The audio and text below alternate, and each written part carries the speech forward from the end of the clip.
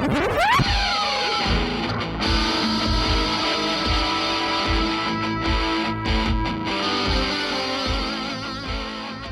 to the Tenant Podcast. I'm Todd Pearson here with my good friend, my art brother. You know him for his fantastical feats, competing in some of the most bizarre contests from around the world.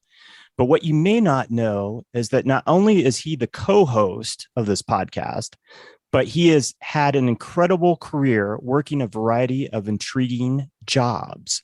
Jobs such as professional cuddler, paper towel sniffer, and line stander. You know him as quite possibly the most interesting man in the world, the mind-boggling Wes Brown. Todd, how you doing, my friend? Oh my God. You know, I've sat in lines for people. I've sniffed paper towels professionally to test different products. And of course, a professional cuddler, you know me, I like to cuddle with the best of them. So to actually get paid to do that, that's awesome. Is that your favorite occupation? That is my favorite occupation. Yeah. You're a big hugger. I am. And that's my night job. My day job, as you know, I sell ad specialties, but at night, professional cuddler. So if you're lonely and you need a cuddle, I'm here for you. I have reasonable rates too. So. Okay. What are we looking at per hour? $40-$60. Something like that. Pretty reasonable. I'm not a big cuddler. In fact, I should get that t-shirt that says not a hugger on it. Cause that's not my thing. I don't know. I really enjoyed the time that we spooned back in Denver, Littleton, Colorado. I know we were going to talk about this another time, but we'll keep pushing that back. That's a story for another time. Yes. Wes and I have spooned before. But yeah, not a hugger. But how about paper towel sniffer? Like, that's interesting. What are you looking for?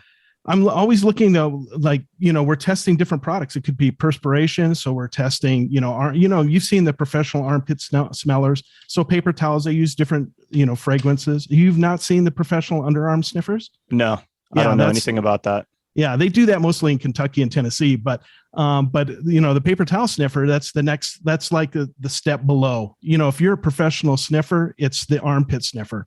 But the paper towel sniffers like that, we don't get paid as much as the armpit sniffer, as you can imagine. So are you looking for because they bleach subtly, it? Are you looking subtly? Yeah, subtles, right? Like a chlorine smell. If it's too pungent, ammonia, something right? Like that. Especially during the pandemic, I don't know if you noticed, like hand sanitizer, and paper towels too changed their scent. So some of them are pretty pungent. So you had to be careful, So I get contracted by different paper towel companies to sniff their product, and then I give them feedback. It's like a wine taster. I have a matrix that I follow.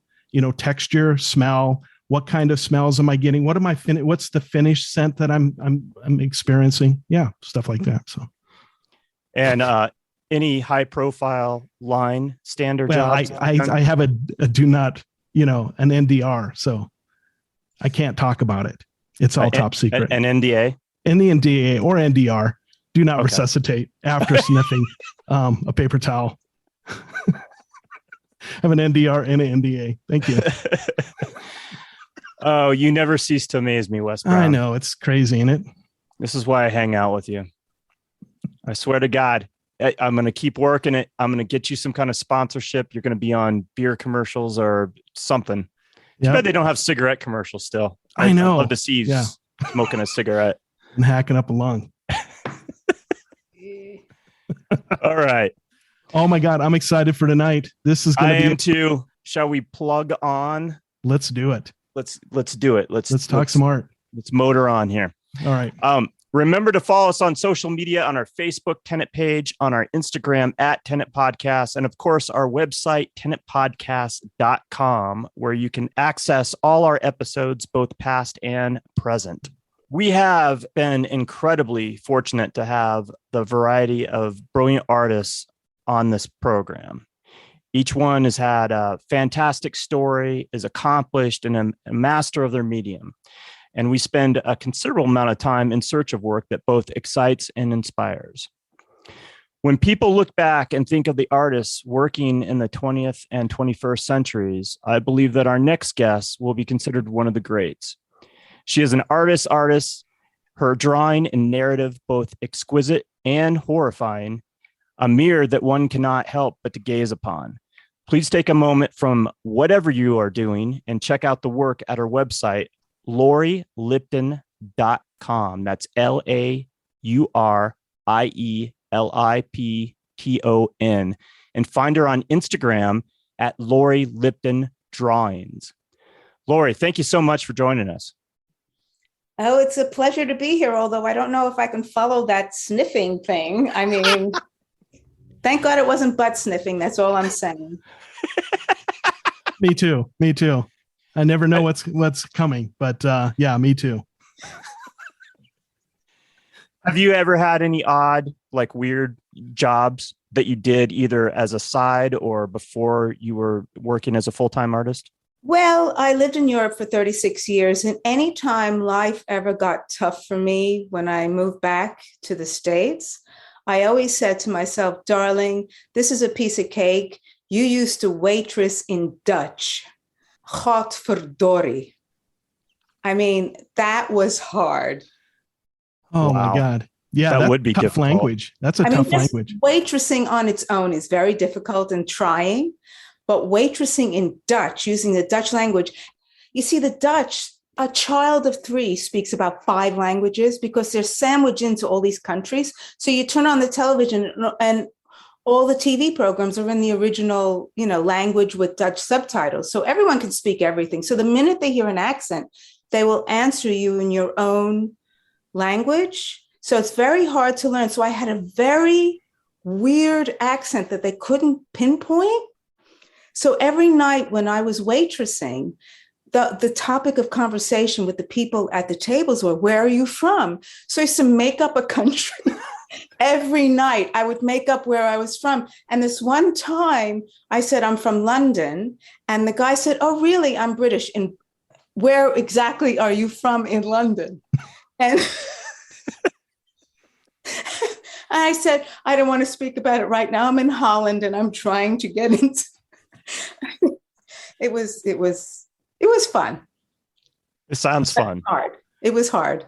That's crazy. I love that. Good cover. I love that. I'm trying to learn Dutch. That's a great one. And you fit right into the Tenant podcast because it's crazy here. So that. Yeah, I feel at home. Well, good. We're glad you feel that way. And the whole night we'll try to figure out where you're from. Just don't say Brooklyn. Please don't say Brooklyn. Okay. No Brooklyn. You make a statement in the short documentary that was done on you, Love Bite. And you say it with all the confidence in the world. Nobody on the planet has drawn as much as me. What makes you believe that? And where does that confidence come from? Well, because I am well over 65 right now. I started drawing when I was about 3.5 and 4, and I've drawn every day, at least 4 hours a day since. And if someone has drawn more than me, then pipe up. I mean, I will do pencils at dawn with them and sharpen pencils. And yeah, I have been obsessed with it. And it's so funny. My brother just recently said to me, oh, you could make more money doing so-and-so. And I said, Booby, I'm not drawing to make money. I'm making money to draw. That you're getting it upside down. My whole life is built around being able to draw. If that's not crazy, I don't know what is. There's nobody on earth crazy enough to do what I do, as often. And you're absolutely amazing. I and obviously I haven't seen your work in person, but just looking at the detail that I've seen, what they showed in the documentary and what I've seen on Instagram, it is phenomenal. I mean, mad skills, obviously, all those years of drawing since you were 4. It's just incredible. And then add the creativity in it. And oh my gosh, it's totally mind blowing. I always have, again, with my brother my poor little baby brother. We have the argument, if you drew as much as I did, then you would be as good as me. And my brother said, no. First of all, he didn't want to. I mean, all children draw, and as a child I drew, but I just, all children want to draw. It's just the ones that don't grow up that keep drawing, but it's the amount of time and effort. It's not just talent, it's time and effort, which is it's constant practice. And I hate that word talent when it comes to art, because I think it's inferred, and we've talked about this many times, but it's just inferred that you have this God-given talent, this God-given skill. And that's not the case. You've been working at this for an awful long time to get to where you're at. And, it's work. Actually, no, it isn't work. Waitressing in Dutch is work. But sitting down all day and listening to podcasts, listening to music, listening to radio plays and drawing is fucking brilliant. It is such bliss. Oh, man. I mean, come on. But why would I want to do it otherwise? It's funny, I have a big social media presence, and a lot of the kids get in touch with me and they say, what paper do you use? What pencils do you use? And I say, honey, the paper, you can use whatever paper you want. You can use whatever pencil you want. You're not going to draw like me. What you have to do is go into a room, close the door, fuck your social life, and sit down and draw for 50 years. Then you can look at the paper and the pencils. That's the great truth. Advice. Yeah. That's the truth. Yeah. So what was the catalyst for you to start drawing that young? I mean, do you remember like thinking, oh my God, I got to do this? Or it was just this natural thing that just happened, and then all of a sudden you're addicted to it, or it becomes somewhat of a compulsion? All the above. I love drawing, but I was very encouraged. I had nice little Jewish parents who were very understated in their assessment of me. And they saw my drawings and they went, oh my God, a genius. Oh my God. Oh my God. And that encouraged me. And anytime the aunts and the uncles would come by, they go, look what Laurie did. Look what Laurie did. And what I usually did was very disturbing stuff. I mean, even as a child, I was not, Pollyanna, but I mean, I wasn't doing flowers and things. I was doing, I used to do cowboys, and I wanted to be a cowboy more than anything. And I used to do cowboy and Indian stuff. And my brother was always the Indian, and he died so well because I used to shoot him, and he used to die. He took 10 minutes to die. It was fabulous. But so I did themes, but they were all gory and crazy. And my parents were so delighted that there was an artist in the family. And my aunts and uncles would sort of look at the things and then look at me and then sort of edge away. My grandma always used to say, Laurie, why don't you do something I can hang up over my sofa? And my mother would defend me. She'd go, no, Ma, that's not what Laurie does. So I was very lucky. That's amazing. And I love the fact that they gave you that much support, because I would think, and Todd and I were talking about this, that people would want to try to, like you said, like your grandma, I want something I can hang up and show my neighbors. And the fact that your parents were so encouraging and let you follow in the path that you want. I just don't think a lot of parents do that. They're always, and very, then very lucky. When you were in school, and let's say elementary school drawing, and I know you draw during class, you took math class, you were drawing during social studies. How did that go over with the teachers? And we're talking early 60s, right? So how did that go over in teachers? Well, I had, in fact, I still have some of them, these little black notebooks. And my father, my family was struggling economically, and my father spent a fortune on these rapidograph pens for me. My mother almost divorced him over it, because it was like $50, which is what a lot of money in those days. In fact, it's still a lot of money. But anyway, and I used to sit in class drawing in these black notebooks with rapidograph pens. And they were passed around. The teacher would look, because I was a good student anyway. It wasn't like I was fucking off or anything. It was just that they were there and they were with me, and I was just known for it. And that's it. So I was also lucky with the schools too. I mean, it was, I was allowed to be me. That's amazing, because today you'd be down in the principal's office and they'd be, or this school counselor trying to figure out what's wrong with you. Oh, I mean, God, I'd be under, medication by now. Right. Yeah. You'd been on Ritalin just because, we need you to pay attention and not doodle, And I just love the fact that everybody's giving you this encouragement. And I hope that people out here are listening to know, like, that is just golden. That's the first thing you should do for any child that has any kind of artistic, whether it's music or painting or whatever. Encourage the hell out of them, right? That's definitely. And when kids get in touch with me, I try my best too. It's very, very important. Yeah. That's just amazing. I love that. Have you thought a lot about that over the years? Just how lucky you were to have parents like that were. God, yeah, I really lucked out. I mean, my whole career, I've been really, really lucky. Thank you. If this is a video game, thank you. If there's a God, thank you. Whatever. Thank you. You described your parents as a suburban anarchist, which I love. Talk a little bit about that. Like, was it just the attitude? They just didn't really care for authority? There wasn't much choice when my mom grew up. My mom was very, very bright.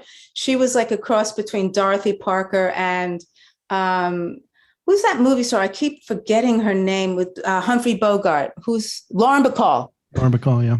And she's very pretty woman and very, very bright and very, very funny. And she wanted to be a writer, but she had to get out of the house. And so she trained to be a teacher, and she married my father because that was what you did. That's just what you did. And my father was loved. They both were very, very bright, but they couldn't really, there wasn't a lot of choice. So they did what they had to, and they got married. They had the 2 kids, and we moved up and up and up. We got more and more. My mother worked as well. My father with 2 incomes, and we made better and better neighborhoods, better and better schools, because they wanted to give us what was necessary.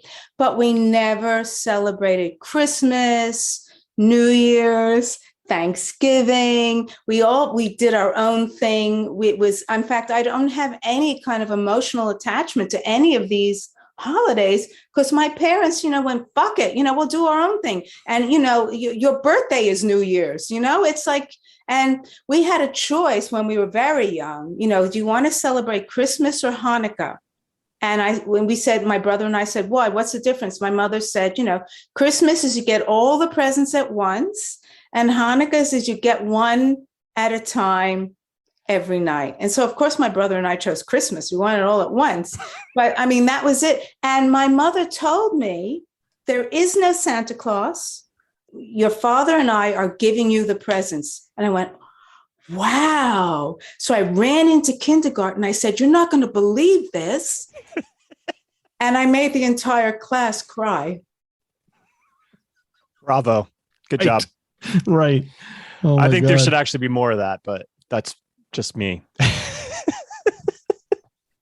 So my mother taught me to question everything, especially, when we were going through books in school. And I'll never forget, we were doing Hamlet in junior high. And my mother said, Hamlet could never have existed. I mean, he's a jerk. I mean, he didn't think that, to get the throne. She went through this whole thing. So I went to school and said, Hamlet is a jerk, and got into trouble. But she made me think outside the box. And so that's where that confidence comes from, being educated and informed, right? And I think this is really important, having those real conversations. It sounds to me like your parents didn't ever talk down to you. Like they just felt and were honest about everything. In fact, I never talked baby talk. My mother there's a family story that I was 3 years old and standing at the elevator, to push the button. And I said, Ma, should I push the up button or the down button? Which would you like? And the person was looking at me like I was a midget because I wasn't talking baby talk. I was talking like a normal person. Oh my God, that's funny. That's hilarious. Yeah, it freaks adults out when they encounter a child, that talks on that level, right? Well, it has a vocabulary. And it has a vocabulary. Yeah. Yeah. I think that's wonderful. Kind of the way I raised my children as well. Like, good. They would be the only, children at the party, and they would be having full on conversations about whatever with the adults there. And I don't think they ever thought. Yeah. Did you do that too when you were young? Did you sit around with adults and only if they let me? They generally were smoking and drinking and didn't want me there. So it was the 50s and 60s. They didn't, God. Your art is described as dark a lot of times, which that is why it resonates with me. I love the subject matter that you're exploring. Even Wes and I had a little conversation. He showed his wife some of your art. And, my wife got to see some of it today as I was perusing. And I think there was, from person to person, there was some differing opinions. All agreed that it was phenomenal. But as far as like the level of darkness and how it affected them, right? Mm. In fact, what did Tonette say, Wes? I think she said, I don't think I can hang this in my house because it's so dark, and it would start to affect her. And I've even said that about other artist stuff. Like, some stuff is so dark that it would kind of horrify you if it was hanging in your house, but I just love the subject matter because you can tell that it's not just dark on its own. There's a story, there's a narrative there. There's a point to be made with the darkness. It's not just dark for dark's sake. You know what I mean? Mm. Does that make sense? Yeah. I got that all my life. And it's funny. I had with Love Bite, it's a 6-foot high drawing. And I was having a show in London and a man walked up to me. He was furious. And he said, "Take that down." And I said, "Why?" And he said, "That's horrible. Take that down now." And I said, "No," and walked away. But people have that reaction. And it was sold by someone who lived with it and adored it. And I couldn't live with it. I was, when I had it in my studio on my drawing board, and I'd walk into the studio every morning, I go, oh my God, when you have that when you have that effect on yourself, yeah. Oh my God, that's crazy. Yeah, I needed the reaction, the power. I don't know if you're familiar with Goya's work, mm-hmm. but Goya had that effect, that powerful access to the subconscious. But it's not even subconscious. Because I'm actually, that's about an actual feeling. It's a feeling image. So to get that feeling, that strong feeling out, I did, obviously, because I frightened myself. Well, and this is actually the photo that I showed my wife. She was amazed by how real the woman looks. And then, also like horrified by the subject matter in a sense. And, she made the comment, like, I couldn't hang this in my house because it would disturb me too much. So can you talk about where this came from and the thought behind it? Yes, I did a show about Goya, and it was in the Cervantes Institute in London. And I had a show with Goya, by the way. I don't know if that impresses you, but it impresses the hell out of me. Plus, I had top billing. It was Lipton and Goya, okay? Wow. He couldn't protest because he was dead, but still. Right. And my whole show was inspired by Goya's work. And a man came from Spain with lithographs they were attached to him by a portfolio. And he came and he had to actually sit in the gallery with the work. He couldn't leave the work. That was one of the clauses. Some of the work had never left Spain before. I mean, they didn't give a flying fuck if my work was, someone came in and stole it, but it was the Goya. So even though I got top billing, I didn't get a guard. But anyway, so this piece in particular was inspired by Goya's Saturn eating his son.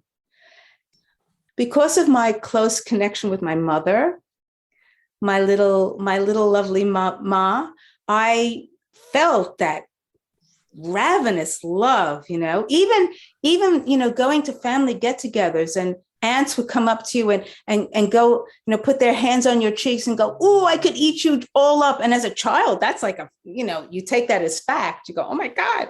But and also Grimm's fairy tales, these women are eating children. And emotionally, I understood that, having a Jewish mother. I mean, so that's what that was about. But this whole show, having Goya inspire me, and I took a lot of the titles from this Love Bite Not, but a lot of the titles from his lithographs, and used them for my work. It was a very powerful show. Yeah, I can't imagine, because his stuff is really, really good and dark, and probably not all of it, but some of the stuff I've seen is just amazingly dark, and Saturn devouring his child or whatever. That's a great piece, and wow, what a powerful. And then this representation, this is so powerful. I fused it. I mean, Goya was experiencing his own life and he did these images, but I fused it into my life. So any of his images that evoked something in me about my life, I used. And it's on my website. It's called Sleep of Reason, and it's in series. And Sleep of Reason, that's the whole show there. Well, most of the show there. It's not the whole show, but it was a very successful show. It is such an incredible piece, and the detail is just phenomenal. I mean, that's one of the things, you can't see it on the screen, but the guy who bought the piece, he keeps calling me and saying, "Oh my God, I see something else. I see something else." It just, because there's so much detail in there. I don't use a big pencil. I use a tiny click pencil lines. And so I'm just like getting in there and building up lines and form. And it just, you have to see it to believe it. It's nuts. The detail from her broken thumbnail, which I love, to the heart earring. Mm-hmm. It is absolutely stunning. And the spittle that's coming off her mouth, I was going to mention that as well. It's like, oh my God. I can see why people are freaked out about it, but I'm sucked into it. I'm drawn to it. What draws you to, doing these dark drawings? I mean, what draws you to the darkness that is part of who we are as a species? Well, again, I was using my art not to please anybody, not to be popular, not for anything, but for myself, I needed to express myself. I needed to get something out. And I can't tell you precisely in words, otherwise I'd be a writer. I needed to get, my head is filled with images. My mother used to say, because I said, I think in images. And my mother said, "Oh, that's unusual. People think in words." And I went, "Oh, wow. My head is filled." So when I get a very powerful feeling, like politics or whatever, or just anything, my head pops with images and I have to get them out. Otherwise, it's uncomfortable. It's very weird. It's a very weird thing. And it's hard to explain to people who don't have this, which is, it just needs to get out. And it's interesting. I always had this as a child, and I was allowed to do it. I wasn't cured. I was allowed to sit in my room with all these reams of loose leaf paper. I used loose leaf paper and a big pen and just drew, and tossed them. I threw out hundreds and hundreds and I just did that until my father bought me the black notebooks and the rapidograph. Is there a name for people that process in images as opposed to words? Is there a particular name for that? Do you know? Probably nutcase. I have no idea. I don't think it's a nutcase, but I did see where you were talking, and I don't think it was in the Love Bite documentary. It was in another video I watched of yours, but you said that the images are juicier than words, and I love that. I love that you expressed it in that manner. Well, I think there's a hierarchy for art. The top is music. The top that is beyond. I mean, music is just pure. It's the purest form of art. And then under that is the images, and under that is words. So I'm sorry if I'm offending writers, but you're like the last ring of the thing. But so when I listen to music and draw, it's like being in heaven. It's fabulous. Yeah. I love how you just put that too, because I completely agree with that. What's the word I want to use? Hierarchy of art. Music is what resonates with me. And then, whether it be drawing, painting, photography, or whatever. And then, yes, the writing. It's as close you can get to feeling as possible without the intellectualization. Words are the most intellectualized. And then, pictures are you can intellectualize. I mean, what I do is more intellectualized than abstract art, let's say. But, it's the further away you can get from the mind and closer to the soul, the better. I mean, for universality, basically. Yeah. And the cool thing about music and the sense of smell too, if you run across something that is familiar, it can take you back, and music can take you back to wherever you first heard it. And it's just an amazing sensation. And so I totally agree with you. I never really gave it much thought, but I think the hierarchy of art is right. Like, you're right on. I don't think we have this image, but there was an image in the documentary that we saw in one of your books, and it was a figure releasing a butterfly, and all the figure is made up of hands. Do you remember that one? Yeah, that's a rapidograph drawing that I did when I was about, 7, 8. I don't know. I didn't date these things, unfortunately. Okay. So I'm just guessing here. But yeah, I was drawing out my feelings and my emotions. And I had no idea. This is very interesting, actually. When I was in my early 20s, I was having a show in Bruges or something, and someone came up to me and said, "You are so courageous to expose yourself in this way. Oh my God, these drawings are so raw and brutal." And I went, "Really? Really? What?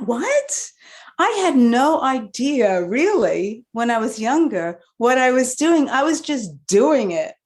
And people had reactions. I didn't care what they said. They could say, "Oh, this is terrible," or they could say, "This is the most brilliant thing I've ever seen in a million years." I really didn't care. I was just doing it. And my mother once said to me, someone came to the house and they were showing my work, and the guy said, "Oh my God, you're a genius." And my mother said, "How did that make you feel, that man calling you a genius?" And I said, "What's he going to say?" Oh my God, that's brilliant. Oh my God. I don't care. I mean, I thought he was being polite, actually. So the thing, I don't know what made me resonate with that image though. And it's really the side point, but I was wondering, because I took it that it was from your youth, and I had no clue how old you were. And it was just like, I looked at that in the brief moment, and I was so captured to the fact that here's a child doing this kind of work, and the representation of it is brilliant. And maybe, like you said, it sounds like it just came out of you.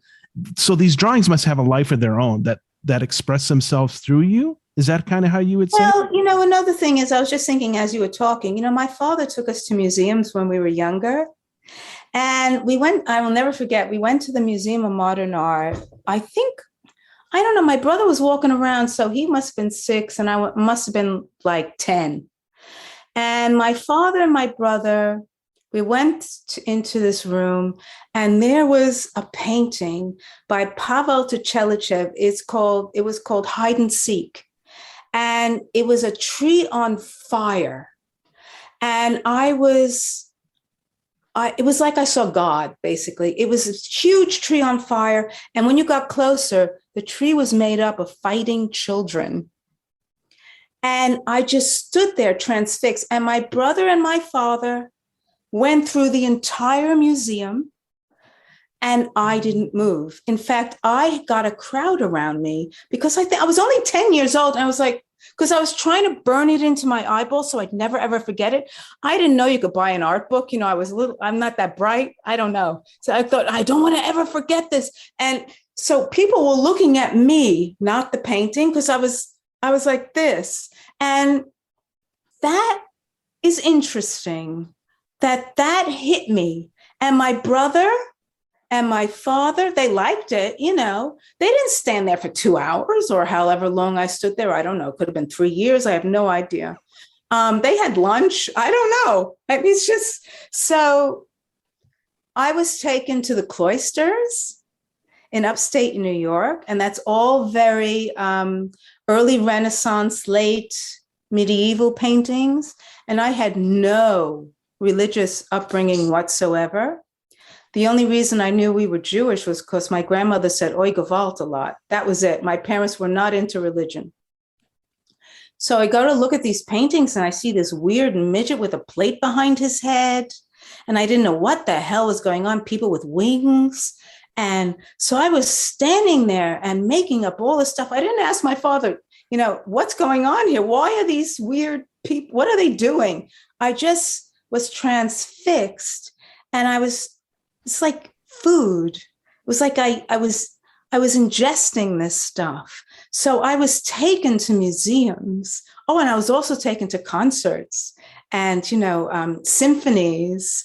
I was taken to the Marriage of Figaro. I was so tiny, I couldn't even look over the seat. And I was ingesting all this stuff, and it came out of me in my art, via myself. Yeah, that's amazing. I love that. And that makes so much sense now. So, yeah, I have been so influenced by the Renaissance, by, Van Eyck, Memling, Rembrandt, because that's what I grew up with. These were people that made me go, oh, wow, I want to do that. Is that possible? They filled me with awe. And when I saw later on, when I was, at university, and I saw rocks on the floor and a slash and a canvas, I was like, are you kidding me? Really? So, I understand, whatever, but, intellectually, but I grew up with this kind of narrative, amazing, detailed, and it all went into my being. It's like, it's what my soul food, basically, when I was a child. And what's interesting is I kind of feel that kind of the idea of like Van Dyck and all those Renaissance paintings.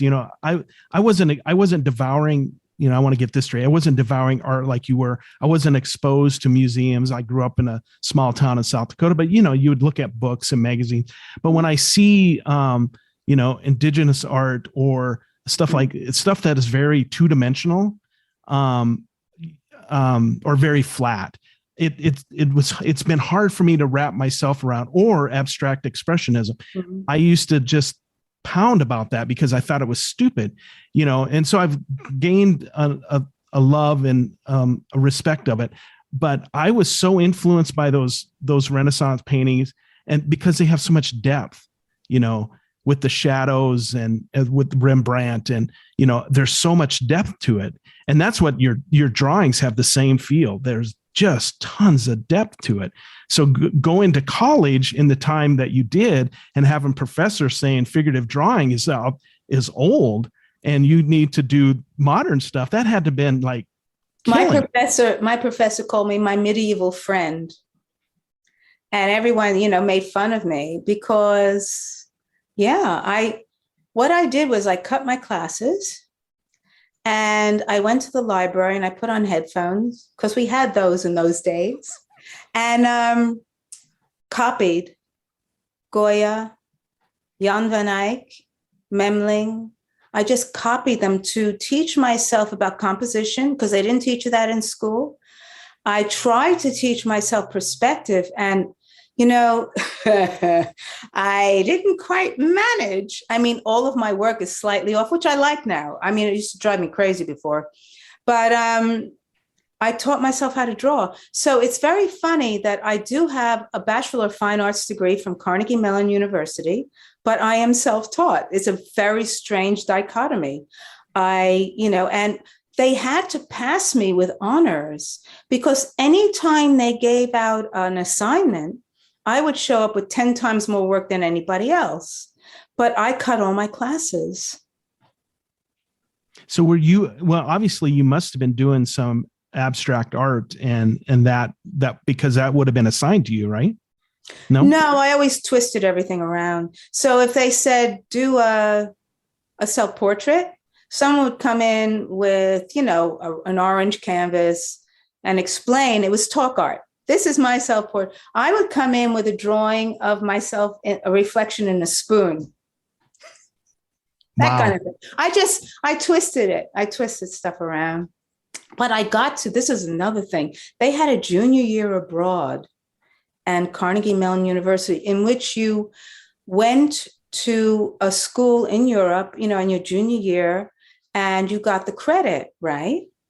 And 3 of us decided to make this proposal to the faculty. We were just going to travel around Europe for the year and present a portfolio at the end and get the year's credit. And we never thought that they would accept it. And they did. They accepted it. And we were all 3 of us on scholarship, full scholarship. So we didn't really even have to pay. Our parents paid, of course, but so we went off to Europe for our junior year abroad, and we all subdivided after a while. I had no idea what to expect. I took my own toilet paper because I didn't know if France, we flew into Paris. I didn't know if France had toilet paper. I thought, because I saw a thing about this wax paper that they use. Anyway, it was, oh God, we were so naive. It was so funny. And then I saw the artwork in person instead of in a book. The Michelangelo's David, the Sistine Chapel, the oh God. And I thought, I can't go back to the States. I want to live here. This is like being in heaven. This is amazing. If I stay in America, I'm going to have to do stripes and, rocks on the floor. And look what they have here. This is, oh my God. So I called my mother and I said, Ma, I'm not coming back to finish my degree at Carnegie Mellon University. I'm staying here. I was in Aix-en-Provence at the time. I had a waitressing job and I could speak fluent French by then. I said, I'm not coming back. I'm staying in Aix-en-Provence. And she said, you're coming back. So I came back. That was it. There was no discussion. She just said, you're coming back. My mother, no, you did not discuss. That was a not discussion statement. I'll let you draw anything in the world you want, but you're coming back. There's her line. Oh my God, that's brilliant. So you're the first person to graduate from Carnegie Mellon with a fine art degree in drawing and with honors to boot. And you did it completely your own way, just like you've done every single thing, it sounds like, in your life. You've always had this ability to make it your own and do what you wanted to do. Is that correct? Now that you say it, yeah. Yeah. But that was because I am so obsessed that when you're with me, you go, okay, all right, because otherwise I will kill you, otherwise I will step. I mean, I'm tiny, I'm a little woman, okay? But, their chihuahuas are dangerous, I mean, I have to. And maybe that's why, people are frightened of me. Is it your intensity that people just don't know what to... I guess, and also my art, they look at my artwork, they look at my dedication, they look and they go, okay, just calm down. All right. Don't hurt me. Don't hurt me with that sharpened pencil. But when I came back to Carnegie Mellon University for my final year, I got in a studio space on campus. I locked the door and I developed this way of drawing that I'm doing now. I've developed the seeds of it.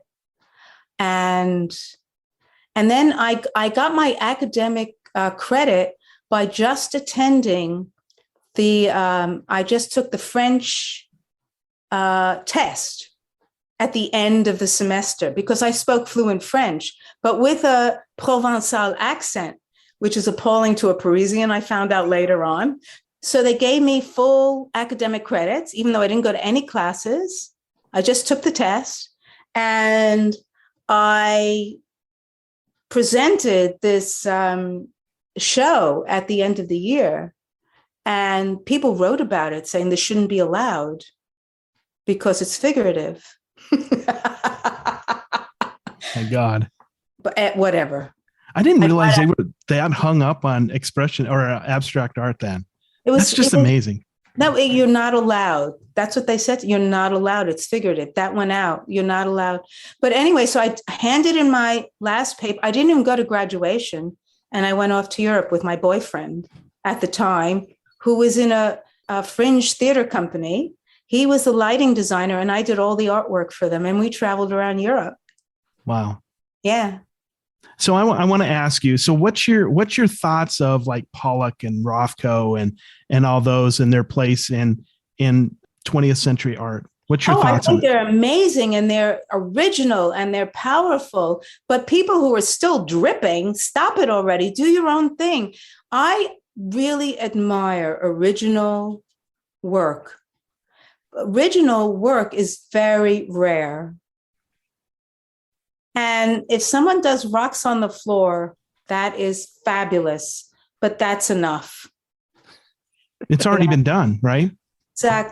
Exactly. To repeat in a lesser way is ridiculous. And that gets me angry. I love that.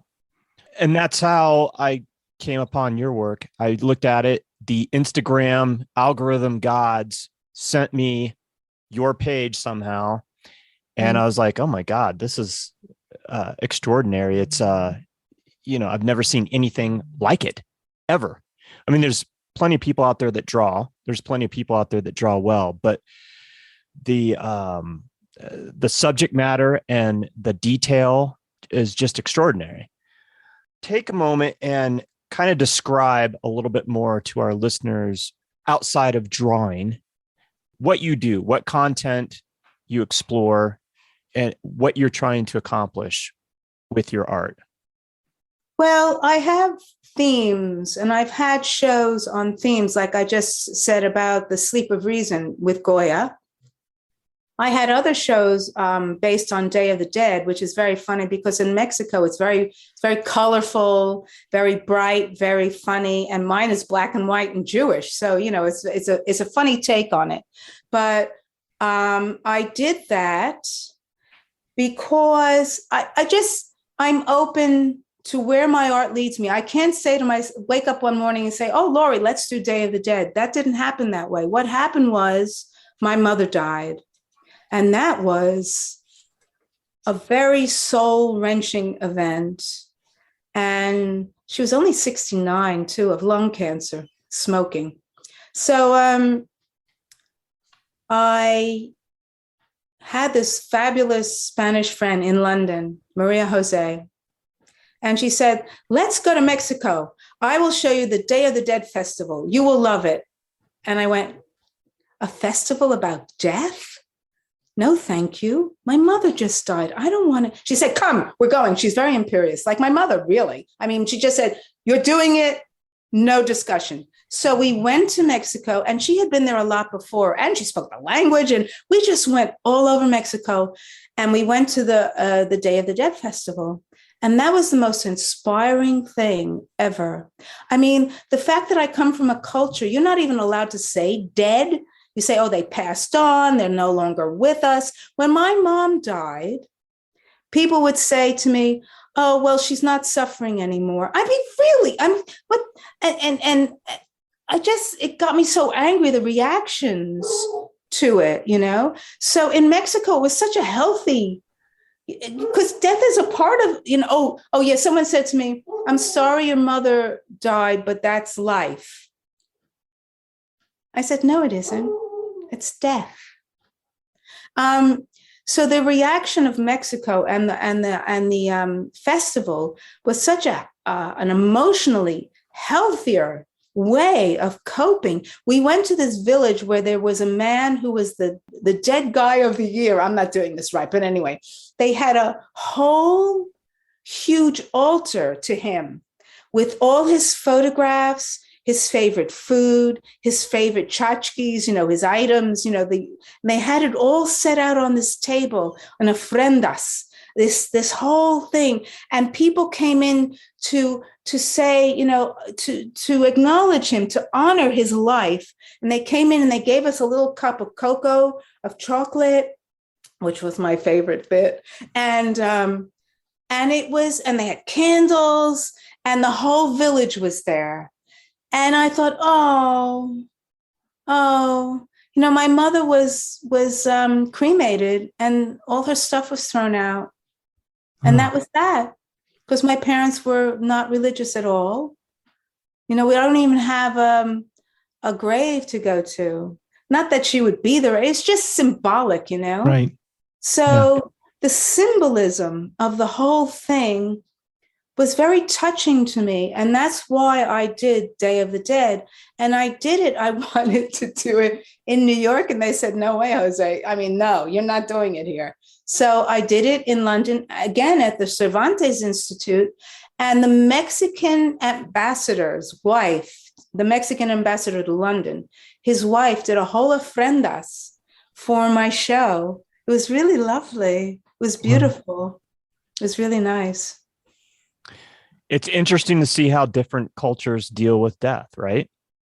So that was like one inspiration. Now, currently, I'm doing a whole thing about the pandemic and politics, and it's called May You Live in Interesting Times. I haven't found a home for it yet. It's a show that is homeless at the moment. So if anyone's listening who knows a museum who would like to show it, please get in touch via my website. And it's about Zoom. It's about what's his face, you know, the number 45. I don't even want to say his name. Thank you. Yeah, we don't like to say his name either. No. In fact, I have a book coming out, and they said his name, and I said, no, don't put that in there. It's about the pandemic. It's about being isolated.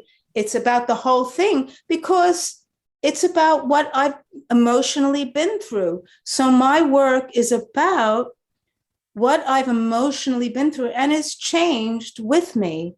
And I can't tell it where to go. I do try sometimes, and it tells me to fuck off. We're doing this. Amazing. I love that about you. I love that you're so free to follow. And maybe it's not even free to follow because you don't have any choice in the matter. That's just amazing, because, you know, as a novice, I would think that, you know, you're always like thinking of like, I'm going to do this theme, and how am I going to do this, and thinking it through. But it sounds like it's more intuitive to you and autobiographical. and intuitive. Also, it's very funny, you know, my stuff looks very planned out and very controlled, but it isn't. It's I do it directly onto the paper, and the first couple of weeks I'm erasing because I'm seeing what's going on. I'm sort of pushing and pulling until I sort of have an idea. Like, let's say with those 50 housewives, I had an idea because I grew up, in the 60s with these grinning, insane looking women in their kitchens, their modern kitchens. And I got an idea of that, but I didn't know what the woman would look like. I didn't know what their kitchen would look like. So I have a very basic idea. And then I'm playing. It's like doing a riff. It's like doing a music riff, just you got the notes and you're sort of pushing and pulling and see what kind of melodies coming up. And, oh no, do the other one, the really insane. But that's off. The other one is called. Oh yeah, that one. Yeah. What's this called? So we're looking at On. And those the pies are all nuts and bolts. 100 million nuts and bolts. I'll have to add as well because they are. So I didn't know what it's gonna. I don't ever know what it's gonna look like. I just keep doing it until it makes itself. It's almost like writing a book too. You got the characters, you got the plot, but then you go into it. Yeah. Elaborate, and we're looking at this drawing On. Elaborate a little bit about your process. There's no pre-sketching or anything like that? What I do is I have the title first. I have a little book by my drawing table with titles in it because when I read, I see images. So when I'm reading a book, that's why I can never see the film of a book because my film is always better. But I see in images. And so all I have to do is take out my little book next to my drawing table and I read the title and I see the image. So I saw this image when I, turning something on. I just played around with it. And talk about this technique, because I don't draw. That's why I'm a photographer. But it's called cross hatching. Is that correct? The way that you lay marks down? And for people that don't know? All right. When I was much younger, I wanted to paint like Memling, Jan van Eyck, and those early Renaissance painters. And what they did was, it's called egg tempera paintings. They have a board and they make the image and they put an imprimatura over it, which is a color. They usually start with a red and then build up the form with egg tempera that's using a two-haired brush. And the egg tempera is egg white mixed with the color, mixed with white. And they build up the form with white lines. So they build up the form using the white. And so the highlights, basically. And then they go over the prematura again, and then they build it up again, and they go over it again and build it up again, and then glaze color over it after like 5 times, 6 times. So by doing that, they get the most amazing amount of detail. You can see the windows in a village that's 900 miles away in the background, kind of thing, I tried to teach myself this from books, okay? I tried to teach myself this when I was a poor student in Carnegie Mellon University. I spent a fortune on sable brushes, eggs, God, eggs everywhere, boards, oil paints. I tried and I tried and I tried, and I just kept trying. And then I went to Europe, my junior year abroad, and I had no money at all and no place to really paint. So what I did, I took a sketchbook and I took a pencil and I automatically started drawing with the tiny little lines that you use in an egg tempera painting. Only the lines were black, not white. So I was doing shadow, not highlight. And I automatically started drawing like that. And I went, wow, you can get a lot of detail, but this is very, very, very, very tedious. Let's do it. Because I hate myself for some reason and I like to torture myself. But so I found these click pencils because I always had to stop and sharpen because I have to get a really, really, really fine point. So I found these click pencils that you didn't have to sharpen. You just keep, it's like a 2-hair brush, basically.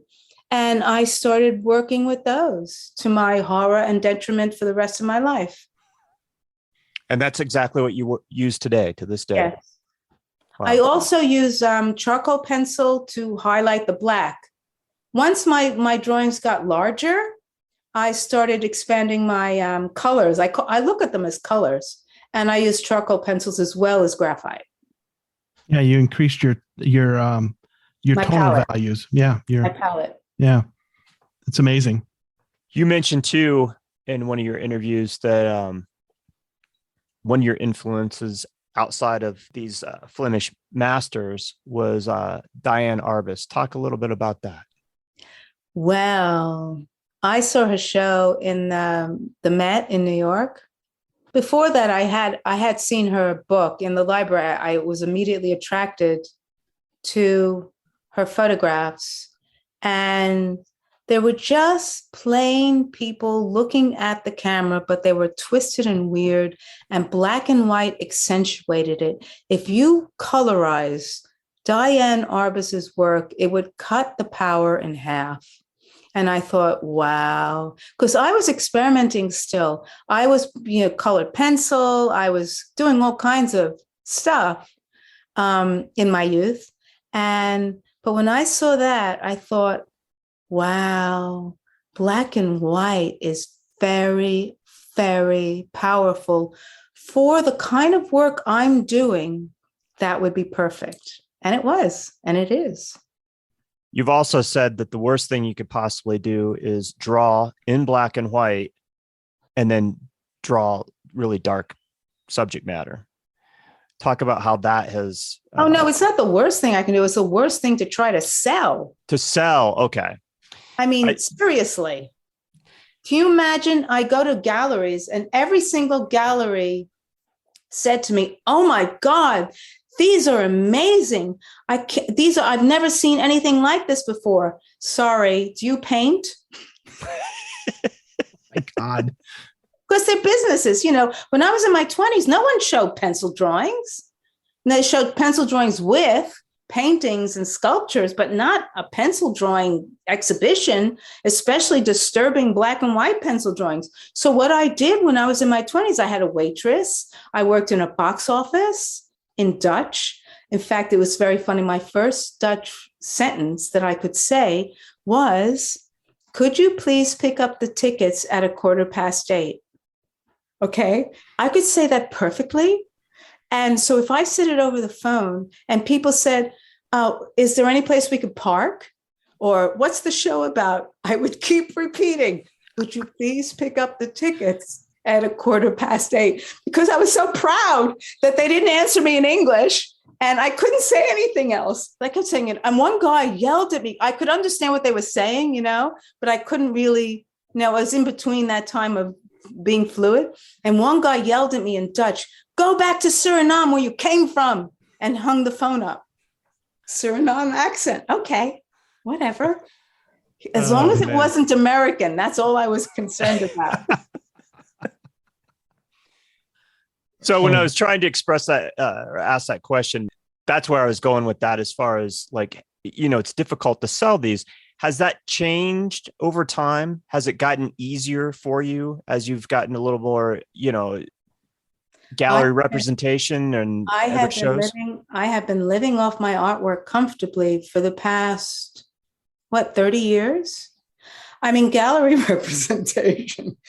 Galleries, God bless them. God bless them. I've been screwed by the best, really, and not in a good way. This past couple of years is the first time in my life I am without a gallery. I've been with a gallery since I was 16. And because of the pandemic, everything stopped, everyone, everything. So I had to do it myself. I mean, I do have a very large social media following, so that helped. And I do, people know my work now, so that helped. But I've been managing my own sales and my own career. And I have to tell you that I am the best fucking art agent I have ever had, ever. Well, that makes sense because you're the one that's creating it. So you can talk about it. And what we know from doing this podcast is that people want a connection with the artist. It's one thing to love the art, but they also, and for some people, they don't care for it. And other people, they love that, but they want to have some kind of connection to the person that made the art. And so you being your own agent, that totally makes sense to me. Yeah, but I mean, we had gallery shows and people connected with me there. And I mean, the thing is that I pay myself immediately. I don't say it's sold and the check is in the post. I'm very, and also, I mean, the only thing is I haven't had a show since the pandemic, and I have a fabulous show sitting here. That's the only thing that, is bugging me. So I have, there's a museum in Paris that's showing my work at the moment. Talk about that a little bit. Oh yeah, they're crazy.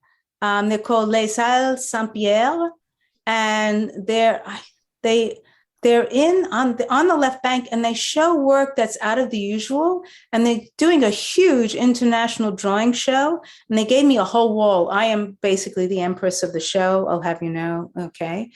And it's fabulous. It's really, it's very exciting. I would have gone over there for it, but the pandemic, and there was Omicron, and I thought, oh God, so I didn't go. But anyway, but that's what I'm looking to now, like museum shows and that kind of thing. I don't know. I mean, I'm just drawing, whatever. I mean, the bottom line, you do this for yourself, right? Yes. And you have a following and collectors that buy your work. So you're in really the best possible position. You get to do what you want. You love what you do, and people buy what you make. I know. Believe me, I am very, very grateful. It only took 100,000 years to get here, and a lot of suffering. But yeah, I wake up. People, it's so funny because I wake up at like 5:30 and I get to work almost to me. First I do my social media, then I get to work, and I'm working and people going, why do you work so much? And the thing is, I love it. I mean, you have to stop me, because in fact, I do have to stop myself, because sometimes I can disappear up my own Watusi. I'm so isolated here, and the pandemic didn't help with my isolation, I'll tell you. I mean, usually I have to go to, openings and dinner parties. And I've been here alone by myself, and my friends are going insane, going, oh my God, I can't stand this. I'm on my own. I go, really? Why can't you stand it? What's wrong? But yeah, drawing is just, I'm insane and I'm enjoying it.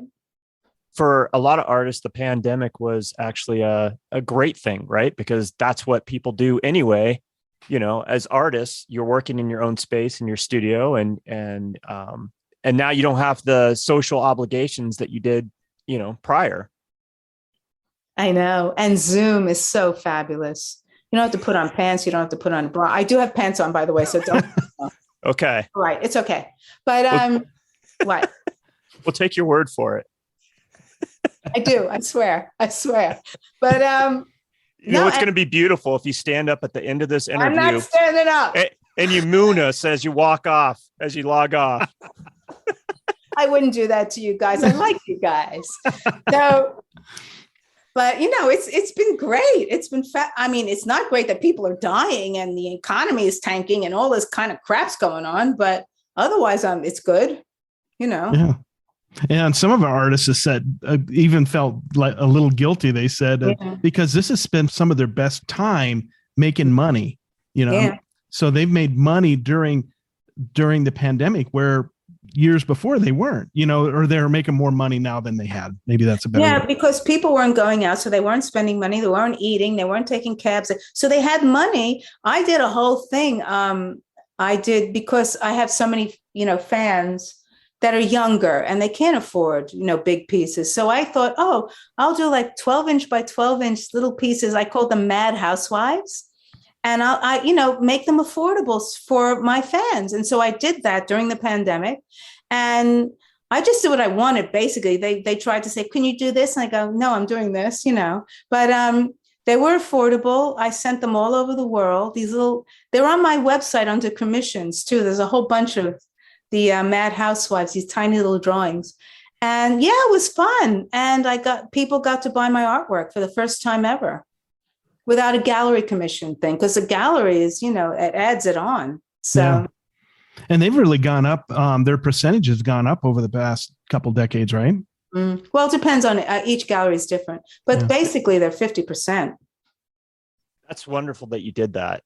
I saw other places where you have prints. Is that something that you still do, or is it just original work at this juncture of the game? Well, the prints are usually from somebody else does them with me. Like I did prints, lithographs of the Day of the Dead. I did etching. The etchings of the Day of the Dead and lithographs. I still have a couple left, but usually it's with somebody else who does it with me. But mostly it's these originals. Yeah. Yeah, these are lovely. These, how did you explain them? Crazy housewives? Mad Housewives. Mad Housewives. Yeah, these are wonderful. It's just me having fun. It was just fun. Yeah. I love there's a point in one of the videos I watched where you're talking about various pieces. And then you have this humongous piece that you're sitting in front of where you draw the easel or whatever. And you're like, yeah, this is just a doodle. Right. And I'm like, holy shit. Like most people, if that was their doodle, they would be like over the moon. Right. And you're just like, I'm just having fun.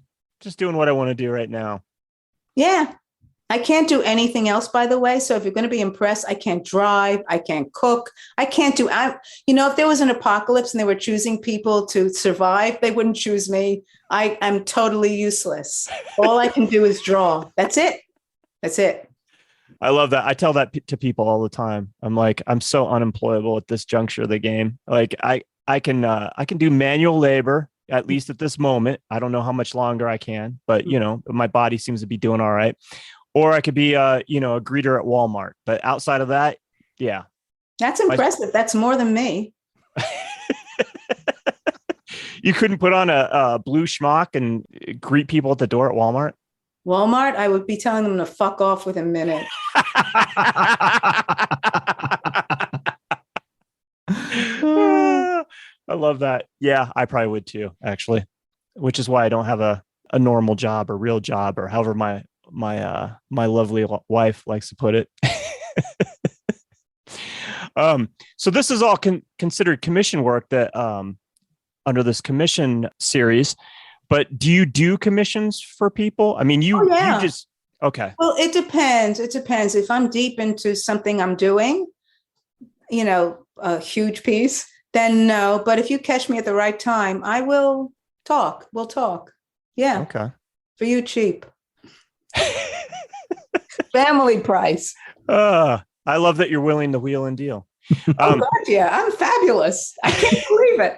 I thought they were going to kick me out of the Jewish religion because I was so bad at money. Oh man, I mean, am I allowed to say that? Probably not, but I'm Jewish, so I am. So I just was so.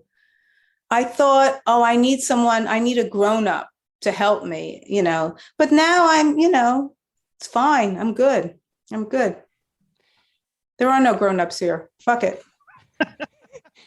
At what juncture did you reach that point where you weren't struggling to make ends meet or whatever? Did it take a while? It was practically unnoticeable. I don't know exactly what point, but in my 20s, I had to do illustrations, books, book covers, waitress, work in a box office. And then slowly, I started making more and more money. And the day that I didn't have to get up and go work in a restaurant was a blessing. It was miraculous. It was lovely. And now, even now, when I sit down to draw, put on my headphones. I just say thank you. I don't know if there's a God. I have no idea. If there is a God, I'd like a show in MoMA. Thank you very much. But I just say thank you because I'm very, very grateful. I was just going to say that. It sounds like you just live in this place of gratitude that you're able to do the thing that you love. Yes, definitely. You got the Europe bug your junior year at Carnegie Mellon, but then you ended up moving there and living there. You lived in Europe longer than you've lived in the United States. Is that correct? Yeah, actually. And I still have a New York accent. What's up with that? When Madonna moved to London, she was speaking like this within a month. Hello, would you like a cup of tea, Vicar? Seriously. That experience, I think, is pretty extraordinary. And I think I'm always amazed when people haven't traveled abroad. Maybe they haven't had the opportunity, the means, or what have you. But when I hear of people that do have the means and haven't experienced other cultures and countries, I'm always amazed. What made you decide to stay in Europe all those years? And how many different countries did you live in? I think it was 6 in all. I'm not sure. I lived in France, Belgium, Germany, England. So England, Holland. So 5. And do you speak all those languages? I used to, but I barely speak English now. I mean, I've just forgotten everything. I was once trying to think of the word for canal in English, and I couldn't. I kept thinking of it in Dutch. I mean, once you hit 60, fuck it. You can't, fuck it. It all goes. It all goes. It does. I can attribute to that. Oh my God. What did that experience, living all those years abroad? What did you get from it? What did it teach you? I mean, it's got to influence you in so many ways. I mean, America is, for being such a large country, is kind of small in some ways. Yes. And also I felt like a foreigner in America. My parents were odd, even though they weren't. And I felt odd, even though I wasn't. I am now, but I wasn't then. And so being a foreigner in a foreign country felt much more comfortable to me. It felt, okay, I am. And I never knew what was going to happen. See, if I had stayed in America, I knew what was going to happen. I would have to become a teacher because I couldn't make it with my artwork. Then it wasn't fashionable here at all. They weren't even open to it vaguely. So I would have had to done something else. And even though I did something else in Europe, I did all those other things, my work was also, I had shows in cafes, I had shows in theaters, I had, these little shows, and people liked my work. They were open to it. Europeans were more open to my work because they live with this kind of stuff and they understood it more. They understood me more too. So I felt more at home. And also I got to see America through foreign eyes. And I saw the news in other countries about America. Here, the first thing I noticed when I moved back was how ridiculous the news is. And how little, even they call it the world news. It's not even the world, it's just America. And and every 2 minutes is a commercial. And it's just so different. It's such a different culture. And that was an eye-opener too. So even though I never stopped drawing about America, through me, of course, it's drawing through me, but I'm from America, it twisted it. It gave me another angle. It was fabulous. Gave you more of a world perspective as opposed to our kind of egocentric perspective of what America is. I would call Americans parochial. Mm. In fact, it's very funny. I moved back here in 2011 and I still think, the Americans. And in fact, when I first moved here and I heard everyone speaking American, I thought I was in a tourist trap when I first moved to LA. It was very funny. I mean, the whole head thing was, it's very funny. So you were able to make a good living in Europe, and people were more receptive, especially because it's dark subject matter a lot of times. And like you said, they live it, they've experienced it, through a couple world wars. And the other thing that I see a lot of times in your work is, you deal with sexual content, and Europeans are much more free and open to, anything that has to do with sex, where in America, we consider it pornographic, right? Mm. Even though everybody looks at porn, America are huge, digest huge amounts of porn. They probably see it as pornographic in some ways. Yeah. Well, Puritans always secretly do a lot of kinky sex. Right. What was the catalyst to leave Europe and decide to move back to America? My work. I didn't plan anything. I didn't plan to move to Bruges. I didn't plan to move to Holland. I definitely did not want to move to the UK because I've been living in these small little continental European towns, and London seemed very huge and frightening. But it was my work. My work took me there. And where my work flourished, I went. So my work kept coming to California.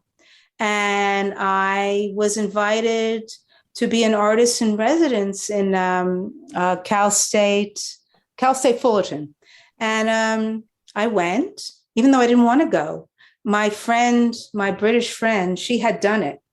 And she said, Laurie, you have to do this. And I went, no.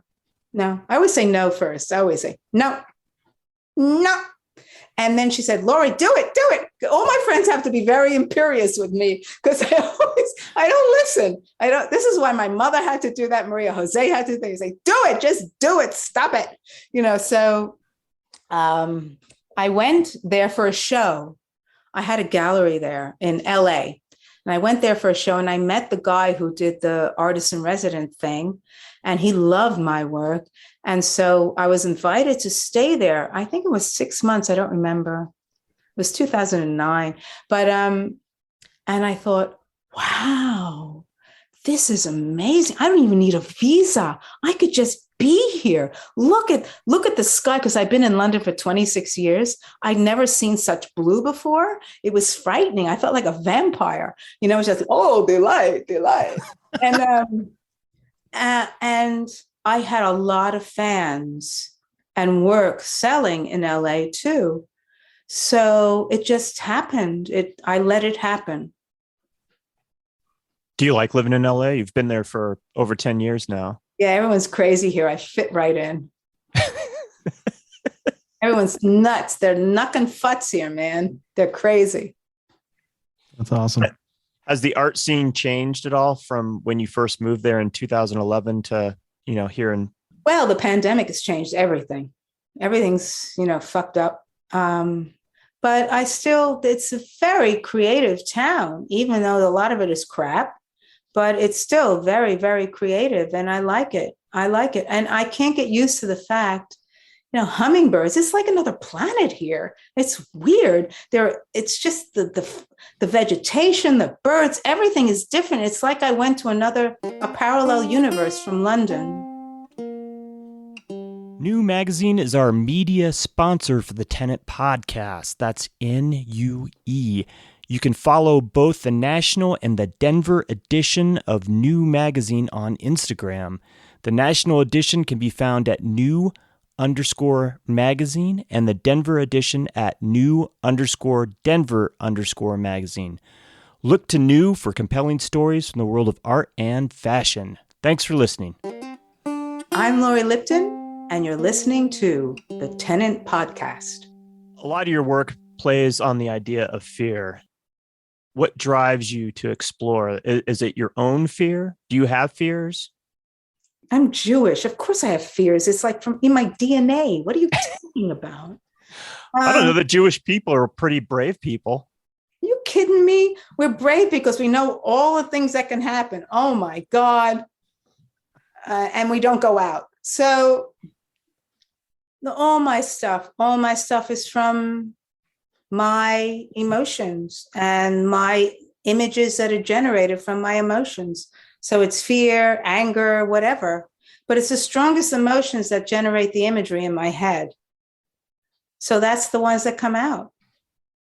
You think fear? I don't get images of butterflies and children singing, and because that's nice and it's lovely, and it doesn't make me annoyed and angry. And life, I mean, how can you be an intelligent human being living right now and not be enraged? How can you, when you look at what's going on, the greed, the suffering, we could have heaven on earth, and we have hell. We've chosen hell. If that isn't making you crazy, then you're very doped up, and I'd like some, please.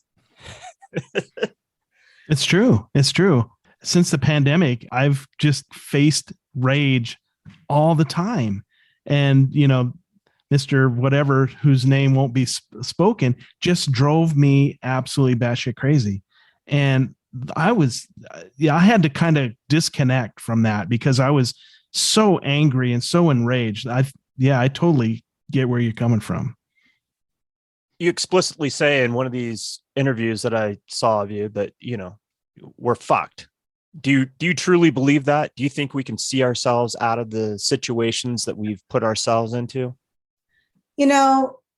I'm an artist who makes a living doing black and white, disturbing pencil drawing. So obviously I'm an idealist and an optimist. And I hope to God or whatever that we're not fucked, and that somehow, some way, we will triumph over our lower selves. I know for my own self that there is, greedy, selfish side of me. And there's another side that wants to help people, that wants good, that wants to give, and is unselfish. And that's humanity in a nutshell. And hopefully, we will not kill ourselves off, and we will somehow triumph over this dark side of us. And I hope for that. I don't have children. I don't think I would have had, if I had children, I would be so scared. But there's also people, you see on the news, because they want to make you frightened and horrible, and it's all but there are good people, and I've met them. And there are people trying to counteract the greedy bastards that are killing us all. They're there. I know they are. So yes, I have hope, but yes, I also despair. I think that's everyone these days. Yeah. And, I like how you described, you didn't separate yourself from the rest of humanity, but yeah, there's this contrast, right? We all have the ability to do terrible things, and we all have the ability to do, help people and do fantastic things. The yin and yang, that contrast that's in each and every one of us. A lot of times I think that humanity is pretty dark, but I try to be an optimist in the same breath, because I do believe that people have the ability to do good, and I've witnessed that. But fear plays a huge role in modern day society, from our media to politics to you name it, the environment. I mean, there's a lot to be fearful about. I don't think it's modern day society. I think fear is timeless. I think we had it in the caves when we were making the pictures of the animals to try to control them because they might kill us. I think it's endemic. I think religions were created to try to, assuage us about our own deaths, our own mortality. I think fear is a part of the human condition. And the fact that we're exposed to more things that can go wrong from the internet and all this social media, and we're really exposed to a lot more. In my day, we just had, we didn't have this shit, thank God. But still, I mean, It's part of our lives. It's always been there. And how we cope is very telling of society. I think society copes in different ways, but fear has always been there. Yeah. Yeah. It's just different. And it seems like it's ramped up. Before it was just a matter of survival. Now it's a multitude of things that you could be fearful about, right? People like to complain about Mother Nature, but you know what? It's like we've done this to ourselves with climate change and everything. You can complain about it, you can be fearful about it, or you can try to do something about it.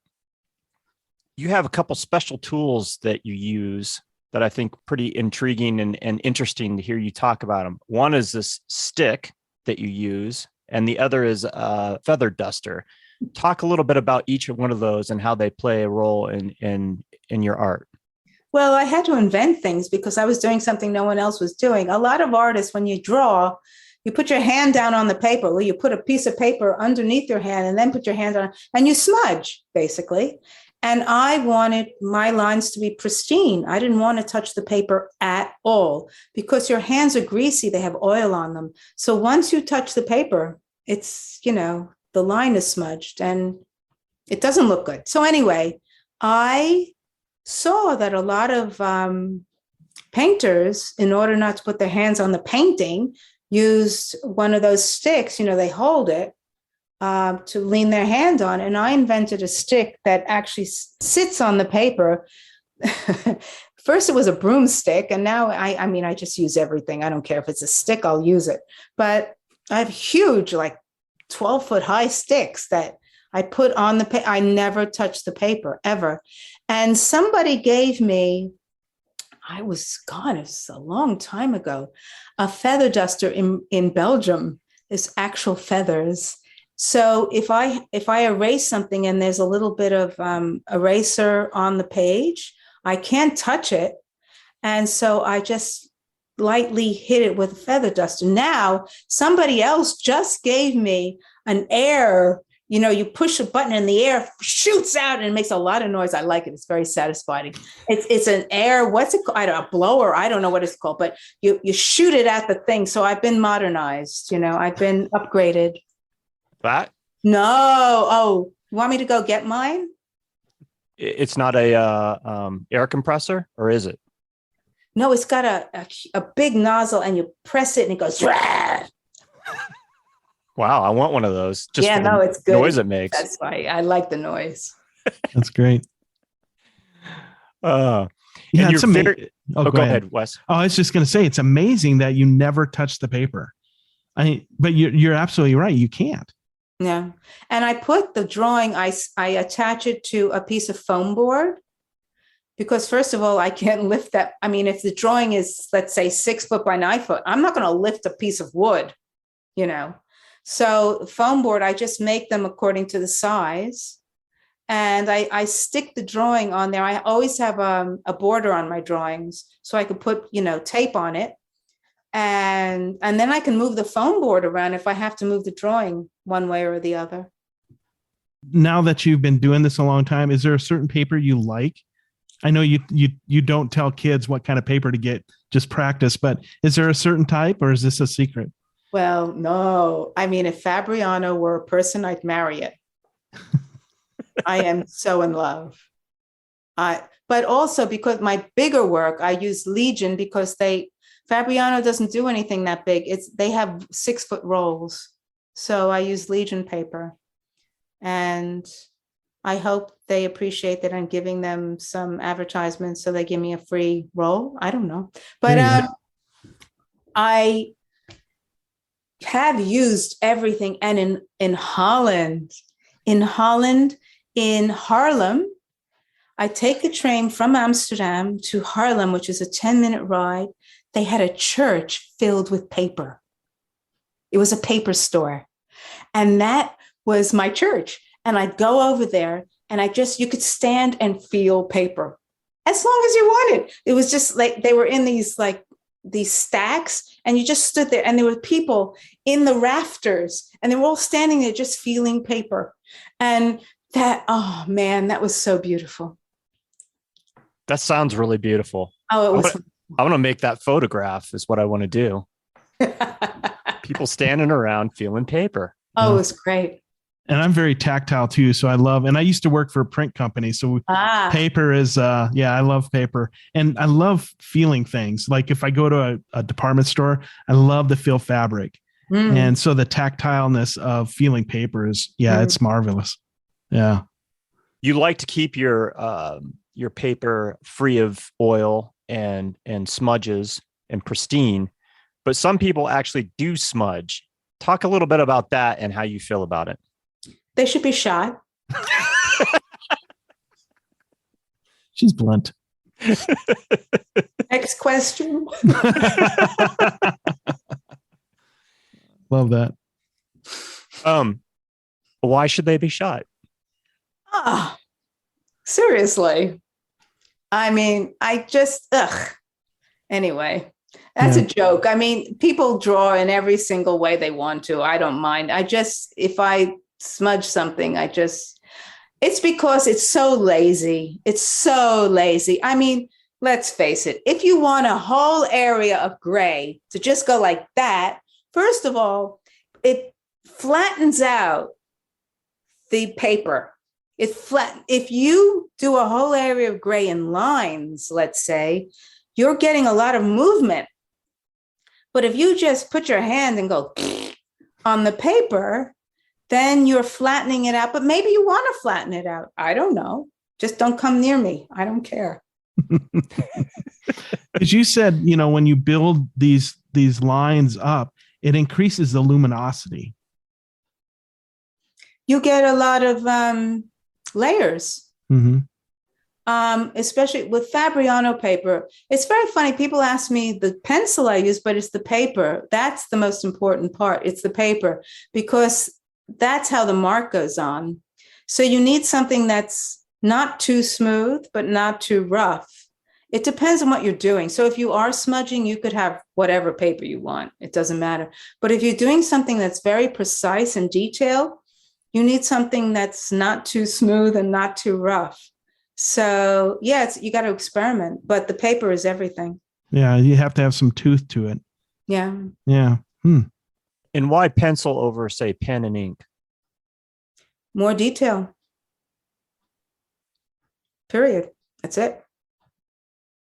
The ink will obscure the detail because once you get to a certain level, I mean, you're cross-hatching, let's say, or because I loved Aubrey Beardsley work, with his pen and ink. What was he in 1920s England or something? I did a lot of pen and ink, and I sort of copied his stuff, but you can't really get too into it. It's more of a design thing. It's more of a, it's a different style altogether. Do you work every single day? No, I draw every single day.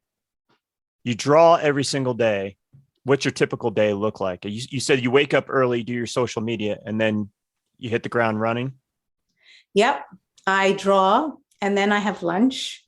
I'm really it's so funny. I am very, very disciplined. So when the pandemic hit and everyone was going crazy, I just kept my schedule. I exercise 3 times a week. I work, and then I have my lunch at a certain time. I have my breakfast at a certain time. I have my dinner at a certain time. And if I'm late, like 10 minutes late for lunch or dinner, I get angry at myself. It's very funny. Have you always been regimented like this? No, it's getting worse. Somebody help me. I mean, the older I get, the more regimented I'm getting, which is actually, it's good because I can get a lot of work in, but still I'm crazy. It's like, if someone calls me and says, I'm stopping, can I stop by in an hour? I think, no, I didn't put you in my schedule. It's crazy. I gotta loosen up. That's silly. I don't know that that's silly, though. I mean, that's just discipline. Like you're just, trying to get stuff done. And yeah. And then so my next question is about legacy. Do you think much about legacy? I do, actually. And I also think about running out of time. I would love to do something really, really big, bigger than I've ever done before, which I can't do because Where I'm living, I mean, the ceilings are 9 foot high, but it's constraining, and I'm running out of room. But anyway, I would love to be commissioned by an institution, or not a mental institution, but like an art institution or a museum, to do a whole wall before I'm too old to do it, because that would be juicy. Yeah. And also I know that my time's running out. So that's another reason why I'm, I want to work so much now. Are you working like 8-10 hour days? I mean, I don't know. I try. It's very funny. People always ask me, how long did that take you? How much do you, I don't know. I just get up and do it, have my lunch, do it, have my dinner, do it, go to sleep, get up. It doesn't matter. It doesn't matter how much time it takes me to do a piece. It doesn't matter how much I work. If I get tired or my neck hurts or something, I stop. I'm not that brutal to myself. I'm brutal, but not that brutal. And because I unionized. And I got coffee breaks. So I just do what I want when I want it, which is drawing all the time. Gotcha. That's amazing. And I got a question. So if you don't mind. So, I guess it's a question. So I just turned 60, as you know, and in the documentary, you just turned 60. And it does. It like 60 was like a turning point for me when it comes to like, I had the same kind of epiphany, like my time is running out, and it kind of like freaked me out a little bit as far as, and I'm not thinking about legacy or anything like that necessarily, but I do think about, I'm only here for, maybe 20 years if I'm good, lucky, or maybe a little longer. But it just kind of, it is an eye opener. So was it the same for you when like that 60 mark, when you realize like I've lived longer than I'm going to live? My little baby, I'm going to be 70 next year. So yeah, but I have a plan. I'm going to draw till I'm 111 because I like that number. Mm-hmm. And also my father treated himself like he drank, he smoked, he ate red meat, and he lived till he was 90. So I'm taking care of myself. So who knows? Right. I'm in with a chance, but still. No, it's I've always thought about my mortality. Always, ever since I was a child. My grandfather died when I was, I don't know, about 5 or something. And of course, my mother didn't want to lie to me. I said, "Where is Grandpa?" And my mother didn't say, "Oh, he's in heaven." Why the hell didn't she say he's in heaven, looking at me going, "Hi, Laurie." Why didn't she say that? She said, "Grandpa doesn't exist anymore. He's dead." And I went, "What? What?" And my mother said, "Yes, he just doesn't exist anymore." And I remember lying in bed thinking, what's that like? Not to exist anymore.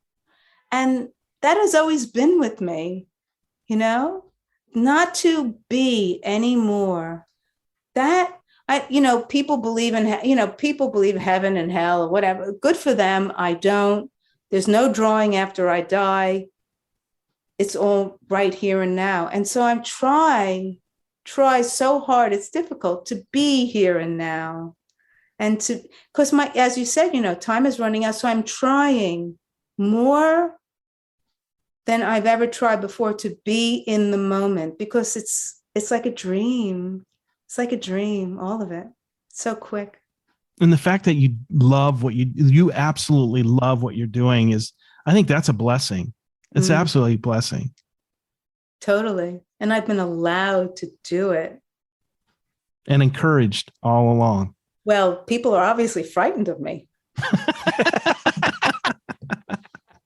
We're not scared of you. Oh, you haven't met me, honey. You're just on a screen here. Right.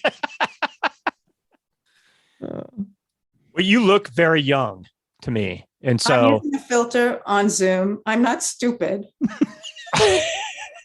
Well, I would never infer that you were stupid, but you do. I mean, you have this youngness about you, the way that you present yourself, the way you talk. I mean, you just exude youth.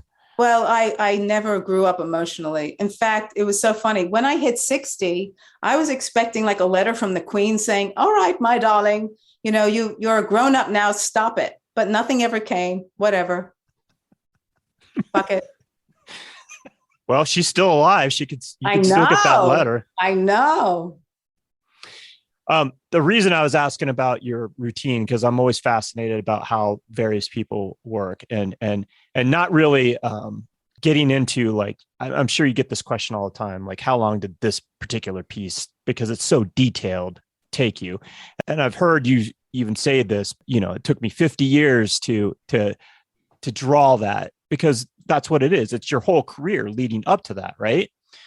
But I know too that you don't seem like you get hung up. I mean, you've been doing these really large pieces. You don't seem like you get hung up in the big picture. You're really just focusing in on one aspect of whatever you're working on at that moment. Is that correct? That is very correct. I don't do the whole picture. I'm doing a section. First, I do the cartoon. I call it a cartoon, the line drawing for the whole thing. And then as I go into the sections, it changes. Like the drawing behind me, it's called Happy, and there's 100 million skeletons looking at iPhones. And so I did the whole picture. That took a month, actually. The cartoon for this took a month to get correct, because as I said, I wasn't taught any kind of perspective whatsoever. And so to get it to look right, and then when I started drawing into it, then the skeletons had like a little mask, a face on with the happy smile. And then I started seeing the ceiling, and, it's just one little thing at a time. And I go around and around and then pull it out and push it back. And it's fun. What's interesting is you said this twice, that you were never taught perspective, but yet when I looked at I literally said this to myself to this afternoon, is like, her perspective is incredible. Like what I see is like perfect perspective. So it'd be, I just think it's interesting. Yeah, no, it's slightly off. And believe me, it drives me crazy. But that's my mostly what I'm erasing is the bad perspective. What I use, that's another thing. I use a mirror, because I lived and worked and slept in one room at one point. I think it was London, and I couldn't step back to look at my work. So I used a mirror to look. It, first of all, gives you distance. And second of all, it turns everything the other way around. So you're looking at it differently. And then I could tell when the perspective was off or not, because looking at it like this, I couldn't. So I would go like this, and, oh no, it was in Amsterdam, because my studio had windows all the way around, and it was looking out into a courtyard. And so I was always looking like this and then drawing. And then I went to the neighborhood bar in Amsterdam, and we were talking to some people, and the woman said, "Oh, you're that woman who keeps looking at herself all day." Oh my God. Somebody's peeking in your window.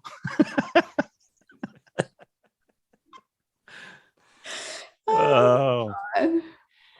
So when you're working and you're drawing, do you have multiple pieces going on at any given time, or you're just focused on that one piece? Oh no, I have to. It's like writing a book. You can't. And it's in my head. And I'm creating. It's interesting. Another thing is that people always send me drawings of photographs that other people have done, saying, "Oh my God, look at this. Isn't this amazing?" Copying a photograph is not that hard, basically. What I'm doing is I'm inventing something. It's not from a photograph. I'm inventing it from my head. So my head has to hold it in and sort of see it. And then, so even when I dream about the stuff that I'm working on, so I can't really do more than one, because I'm imagining it. So yeah, I have to be focused. Yeah. That makes sense to me. And I figured that was the way it the way you worked, but again, we talked to other people that have multiple things going on, but it's not the same as what you're doing, Yeah. Nobody's doing what she's doing that we've talked to, Exactly. like it's amazing. Thank God, because I'd have to go over there and eliminate them. Yeah. Your stuff is completely original. I've never seen anything quite like it.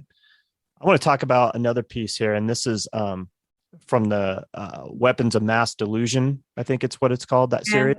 That was a show I had in Liverpool. And this particular piece I'm looking at is entitled Shop. Talk a little bit about this. Why this one in particular? That's interesting. Why did this one grab you? I think the commentary on materialism, consumerism, and I think that's a huge part of our culture these days, having things, buying things. It's this obsession with trying to feel happy, trying to fill that void, that hole that most people feel by buying something new and shiny. And then, the feeling dissipates within a couple of days, right? It breaks, it's old, it's whatever. But I just think it's a really interesting drawing. Well, there you are. You did the commentary for me. Doggone it. I wanted something more. Someone said to me, it was funny. They came up to me at an exhibition and they said, "What's this drawing about?" And I said, "What do you think it's about?" And they told me their life story. And then they turned to me and said, "Is that right?" And I said, "Yes, exactly." I mean, everybody's going to have their own take. What you envision may not be what other people see. And we know this from talking to, other artists that, and a lot of times artists won't exactly give it all away because they want you to come up with your own story, narrative, what have you.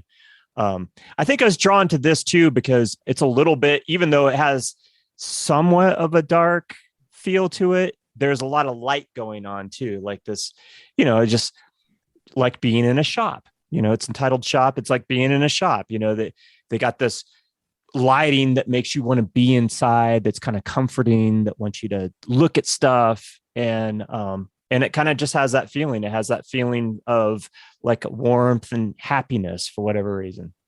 Yeah, that whole show was very, very interesting. The Weapons of Mass Delusions. I had done it just after the Iraq War, the first one. And they were talking about the weapons of mass destructions that weren't there, and collateral damage, which meant killing civilians, and all of that, political speak. And I was watching it. I was watching in real time people being bombed and murdered, and thinking how odd this all was. And so I decided to try to do a show about that. It was a very interesting show, very difficult. It looks difficult from all the work that I'm looking at. Is drawing hard on the body? Especially it's getting hard, I'll tell you that much. It's getting real hard. I mean, it wasn't hard to begin with, but yeah, I have to be comfortable. I have my chair, my table, everything has to be comfortable. And I have to get up more frequently now than I did in my youth. We know this artist locally here in Denver. His name is Leo Tanguma. And I've been over to Leo's house a number of times. And he's a muralist, but he also does a lot of drawing. And I don't know exactly how old Leo is. I'm going to guess that he's late 70s, early 80s. Mm-hmm. But the one time I came over to his house and his wife was like, "Well, let's go see what Leo's doing." And we go downstairs into the basement and he's drawing, but he's literally like you were when you were 3 or 4, laying on the floor, drawing this massive drawing. And I just thought, how wonderful is that this guy, it's not what I expected to see. Right. I thought it was fascinating that he still chose to draw that way. Some of your art that you've explored or are exploring is very political in nature. Are you a news junkie? Would you consider yourself a news junkie? It's interesting, the transmogrification of my artwork with me. When I first started out, it was about my mom and my family and, all this stuff about my mother. In fact, I had a whole show about my mother. And my mother, father, and brother flew to London. It was at a big art center. It was major. And to come to see it. And my brother turned to my mother and said, "Oh my God, Ma, this whole show is about you. How does that make you feel?" And my mother turned to him and went, "Better out than in." So better out than in is my modus vivendi. The politics, ever since you know who, the shocking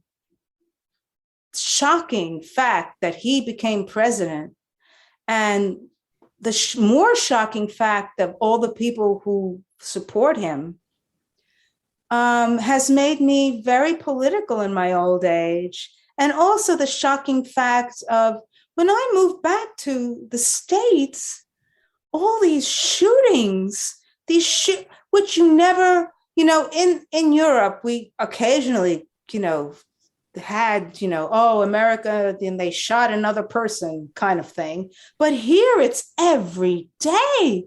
I had no idea. And it's mostly Black people who get, a Black child who had a toy gun. I mean, when I first moved here, that was the first shooting I saw. And I can't believe what's being allowed, what people are allowing. So yes, I'm not so much, well, yeah, I've become a news junkie, but the news here is bullshit. I watch BBC News, but even BBC News is bullshit. They've dumbed it down for America. It's BBC America. They're like talking to 5-year-olds. I really cannot believe what people are allowing to go on. And so people just go on to their social media and post about it. It's like, in the Middle Ages, the church, the control the church had over people and the power they had. That's what we have with the social media now. We just placated, with social media. People post, I do it too. I post enraged memes, it's ridiculous and it doesn't do anything, but it makes me feel better. It's insane. It's all insane. So to answer your question, yes. I think it's interesting for someone who's considering thinking about time and legacy and how much time you have and how much you want to do, that you still take time out of your day to post something like that on social media. And I totally get it. I can't tell you how many times during the former administration where I was this close from posting something and I'm like, what the fuck am I doing? Am I going to change anybody's opinion? And Wes and I've had many discussions about that. All I'm going to do is stir the shit a little bit more. Right. And, so I just got to walk away from it, but I'm with you. Like, I want to do it because I think it'll make me feel better, at least for the moment. But at the same time, I'm like, well, is it going to solve anything? No, it's not going to solve anything. At first, I used to have quote unquote discussions with right-wing people who were following me, on Facebook or Instagram or Twitter. Twitter's the worst, actually. But I used to try to convince them, I'm so naive, this is your viewpoint is based on a false thing. And they go, no, your viewpoint is based on a false. So it was like 5-year-olds. Now you're doing it. And I thought, oh, come on. So I just block and delete, which is, it's more divisive. It's worse that we have these little social media bubbles and we're just reinforcing our own beliefs. Everybody, I don't have any, I do post those angry memes and everyone goes, yeah, because they're all in my bubble. Anyone who says, no, you're wrong, I block and delete. The whole thing is just so well thought out. It's just so divide and conquer. It's just, we're never, ever going to rise up. I'm so happy that the kids are marching about the guns. I'm so happy that, they're not posting on social media like I am. I'm so happy that there's rage and anger enough to do something. It's insane what's going on, that we're allowing it, all of it. Yeah. And what's interesting, I had to kind of back away from social media for a while because it was just driving me absolutely insane. Mm-hmm. But when the incident in Texas, you're enraged one day and then I would catch myself and it's like my life goes on. These kids no longer exist. There's guilt with it. And then there's this whole, I can't let myself just continually be bogged down by this. And it's just it just tears you apart because a part of me wants to, yell out in anger. And the other part just I need to move on and I just can't let this control me. And it's just a weird feeling. When Sandy Hook happened, I thought, oh, wow, yeah. They did nothing. Look at that. They did nothing. So I'm glad something is being done. But, as little as possible to appease the masses is being done. Yeah. But it is a horrible dilemma, because on the one hand, I'm powerless and I'm just aggravating myself. What am I going to do? But so I draw. Someone said to me, I was a kid. I was in a Q&A in a university somewhere. I don't remember where, but I remember this kid said to me, oh, you think that you're doing something by drawing, but you're not doing anything. You're just drawing. And it's true. And and maybe it's my age. I think what you're doing, the work you're doing is so important. Yeah. But that's all I can do. Right. But you're doing your little part. Yeah. And I agree with Wes. It's important work because you never know who's going to see it and how it's going to affect them. And you make people stop and think for a moment. And that engagement in this day and age with us being bombarded by, television and the internet and social media, that's important. And I have inspired other artists. It's very interesting. So that's good. When I was younger, people, said, what would you like your work to do? What would you want it to do? And I said, I wanted to get on the ladder. There's a ladder of art that I always thought of, coming down from the cavemen through the Renaissance to now. And that ladder, I was inspired. I was infused by some of the artists that got on that ladder. And that's what I wanted from my work, to get on that, on that ladder is totally original, powerful works of art. And I didn't want to be a millionaire. I didn't want to be popular. I just wanted to get on that goddamn fucking ladder of art, just get on there and then inspire the artists behind me on the ladder, kind of thing. And I hope I have. I can't tell because time will tell and it'll be above and beyond me. It's not up to me. It's, it's up to history, whatever. But that was what I wanted to do. I always feel like the artists are at the forefront of change, pushing us as a society, making people stop and think like you do. Do you think artists as a whole in this day and age are doing a good job and making people stop and think? Don't get me started. That's why we're here. And begin.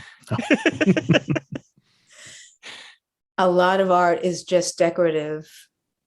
And My grandma used to say, Laurie, why don't you do something that matches my sofa so I can hang it over the sofa?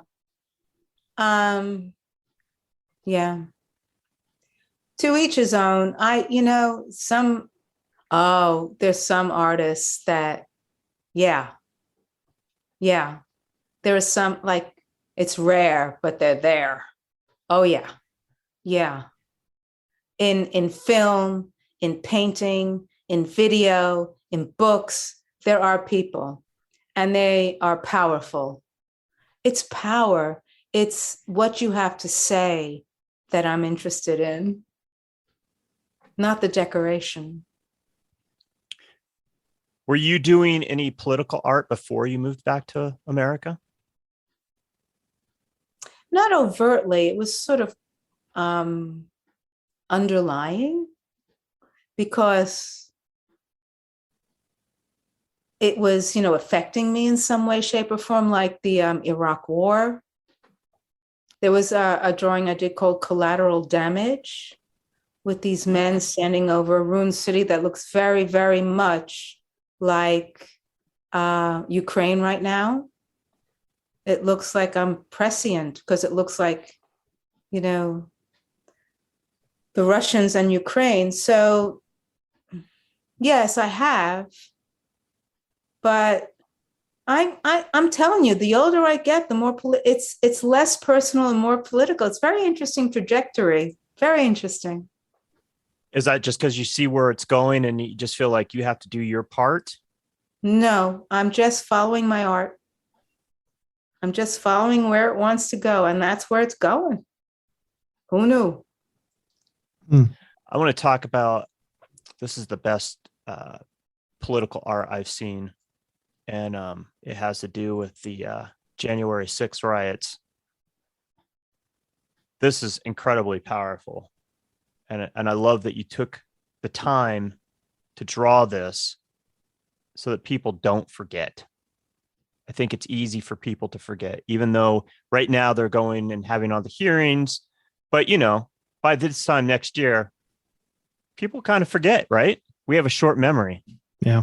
Just like these school shootings, we talk about it for a week. It's the part of the media cycle, and until something else comes along that is more entertaining and the media wants to talk about it. But this is amazing drawing, the detail, the nuance of what's going on in here. When did you decide to draw this? Like right after that happened, or did it take you a while for it to simmer and decide to do this? I need to simmer like a stew. And when it first happens, I was so shocked. And then I started seeing artists posting paintings of it on Facebook. And they seem to fall very short of the horror. I'm so judgmental, it isn't funny. But I kept seeing artists posting work about what happened. And one of the paintings that really tipped me over the edge was this little pink watercolor with a very badly drawn White House in the background and a couple of people with their mouths shaped in an O in the foreground. And it was pink. And I thought, holy fucking shit, I have to do something. This is ridiculous. And I knew it was going to take forever, because it had to be all the horror and all the violence and all the people. And I first studied all the newsreels about the day, and I just kept looking at them. And until these people seeped into my soul, it was horrible, actually. And then I began, and I raced a lot on this. It was very, very difficult to do. But when I posted it, one of the policemen on the front line there that I was drawing said I was there and thank you for doing this. Wow. That was, yeah, wow. And it's so funny because I'm a hippy dippy. So for me to be, so moved and touched by a policeman, I mean, seriously. But yeah, wow, wow. Those Well, guys, God, how scary. Yeah. I was absolutely horrified that day. I could not believe this was actually happening here. this to me feels more real than some of the photographs and video I saw for whatever reason. It has an emotion. It makes me feel, and I don't know. Thanks for doing it. You're welcome. But also, I mean, someone inquired about the price of this, and I don't want an individual to own it. I want it to go into an institution where public can see it. So I'm going to hold out with this. It looks much better in real life. It was very difficult to photograph because of the nuance of the grays. You would think that photographing a black and white drawing would be easier than color, but it isn't. It's very, very difficult. You know what? I can imagine that because, like you said, you're going to lose some of that nuance, that detail that, it's just not going to come through very easily in a photograph. Trying to document it. And this is 5 foot 10 inches by 7 foot 10 inches. Yeah, it's this massive. is huge. Yeah. Is this the title? America, America, God shed his grace on thee. And crown thy good with brotherhood from sea to shiny sea. I thought it was ironic. We had to sing that in the auditorium when I was in elementary school. And to grow up with that and then see this, what America's come to, I thought was very, very ironic. That's why the title is so long. I wasn't sure if that was the title or not, but I'm glad you addressed it and told us that. I think it's brilliant. Yeah. At what point did you go from doing like smaller scale stuff to this large scale stuff? Because all the pieces that I see as of recent look like they're massive. When I moved to LA, I was taken on by the Ace Gallery, and he had a huge gallery. And he usually in a gallery, they want you to do small and cheap so they can sell, But Doug Christmas said to me, I want you to do huge drawings. I had done big before, but not huge. He had the space and he had the clientele to do it. And he changed my life. There's a lot about him. He was investigated by the FBI. The gallery is closed now, which is why I don't have a gallery right now. I've had it, but I'm very grateful to Doug Christmas because he allowed me to go huge as I could go in my living room, basically. I mean, as big as I wanted. And that was a whole other level. And now I want to go even bigger, which is what I said to you before, but I need someone to commission me to that.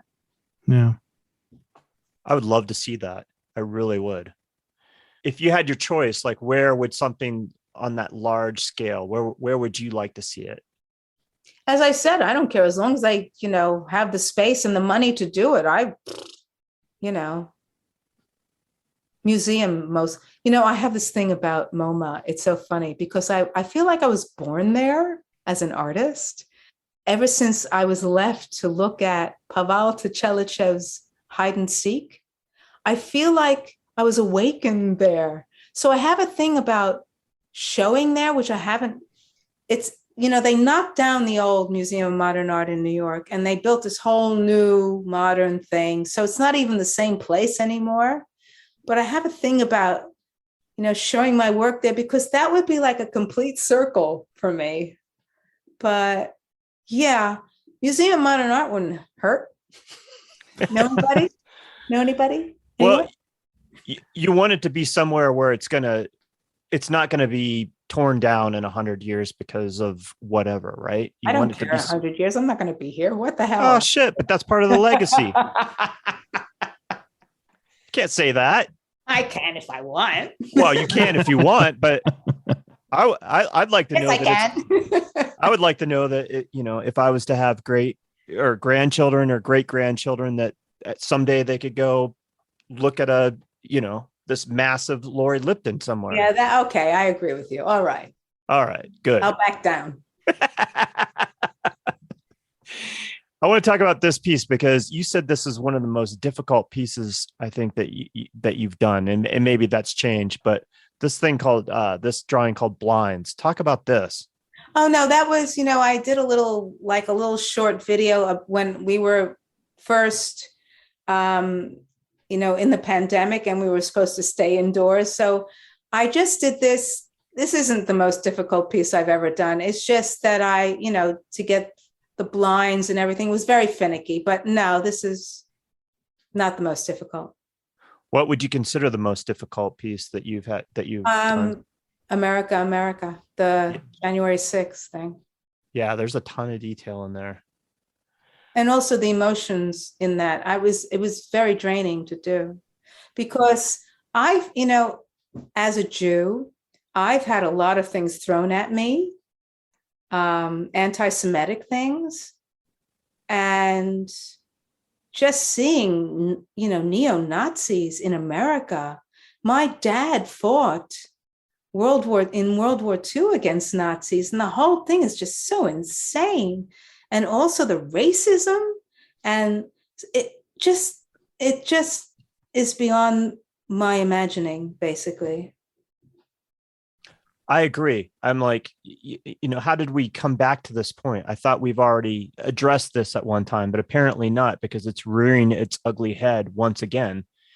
And they were emboldened by the person we won't talk about, and that's the thing. I mean, it's been underground for so long. Yeah, right. And then they had the freedom to come out, and nobody, when you're marching with tiki lamps, the optics is, we know what you're trying to do. And they were very blatant about it. And, Richard Spence, he's just emboldened by what we allow. And the fact that we don't beat them down, metaphorically, and shove them back under the rock they crawled out of, it just blows my mind. They were so afraid of offending people. I love this piece, by the way, Blinds. It's available for you cheap. I give you a good price. Yeah. What are we talking? Like $100? Don't insult her. I would never do that. But because we are talking about a little bit about pricing, this is something we do with all of our artists. Like, where does and obviously it depends on size and all that, but where does an original start at, and what does it go up to? Well, my little commission pieces, the Mad Housewives, were $3,900, and the bigger pieces are $120,000, $180,000. Depends. Mm-hmm. It depends. Sure. No, but that gives people a sense. Because I'd gone on and looked at some of your work, and then it's a lot of it was price on request. I'm like, well, when you see that, that it's going to be substantial, right? And as it should be. Now, because you're your own agent now, do you work with people? It's not necessarily on price, because I don't ever think that there should necessarily be a negotiation when it comes to price. But do you work with them as far as like, hey, I don't have 120,000. Well, people that can afford 120,000, they probably just buy it. But somebody that's on the lower end of things, say 3,900, do you work with them? Can people do like an installment thing with you? Like I can pay so much a month until I have it paid off, and then you'll ship them the piece? Oh, yeah, or of course. Yeah. I mean, for you, I will double the price. Double? I would do that. I'd triple it if I was me.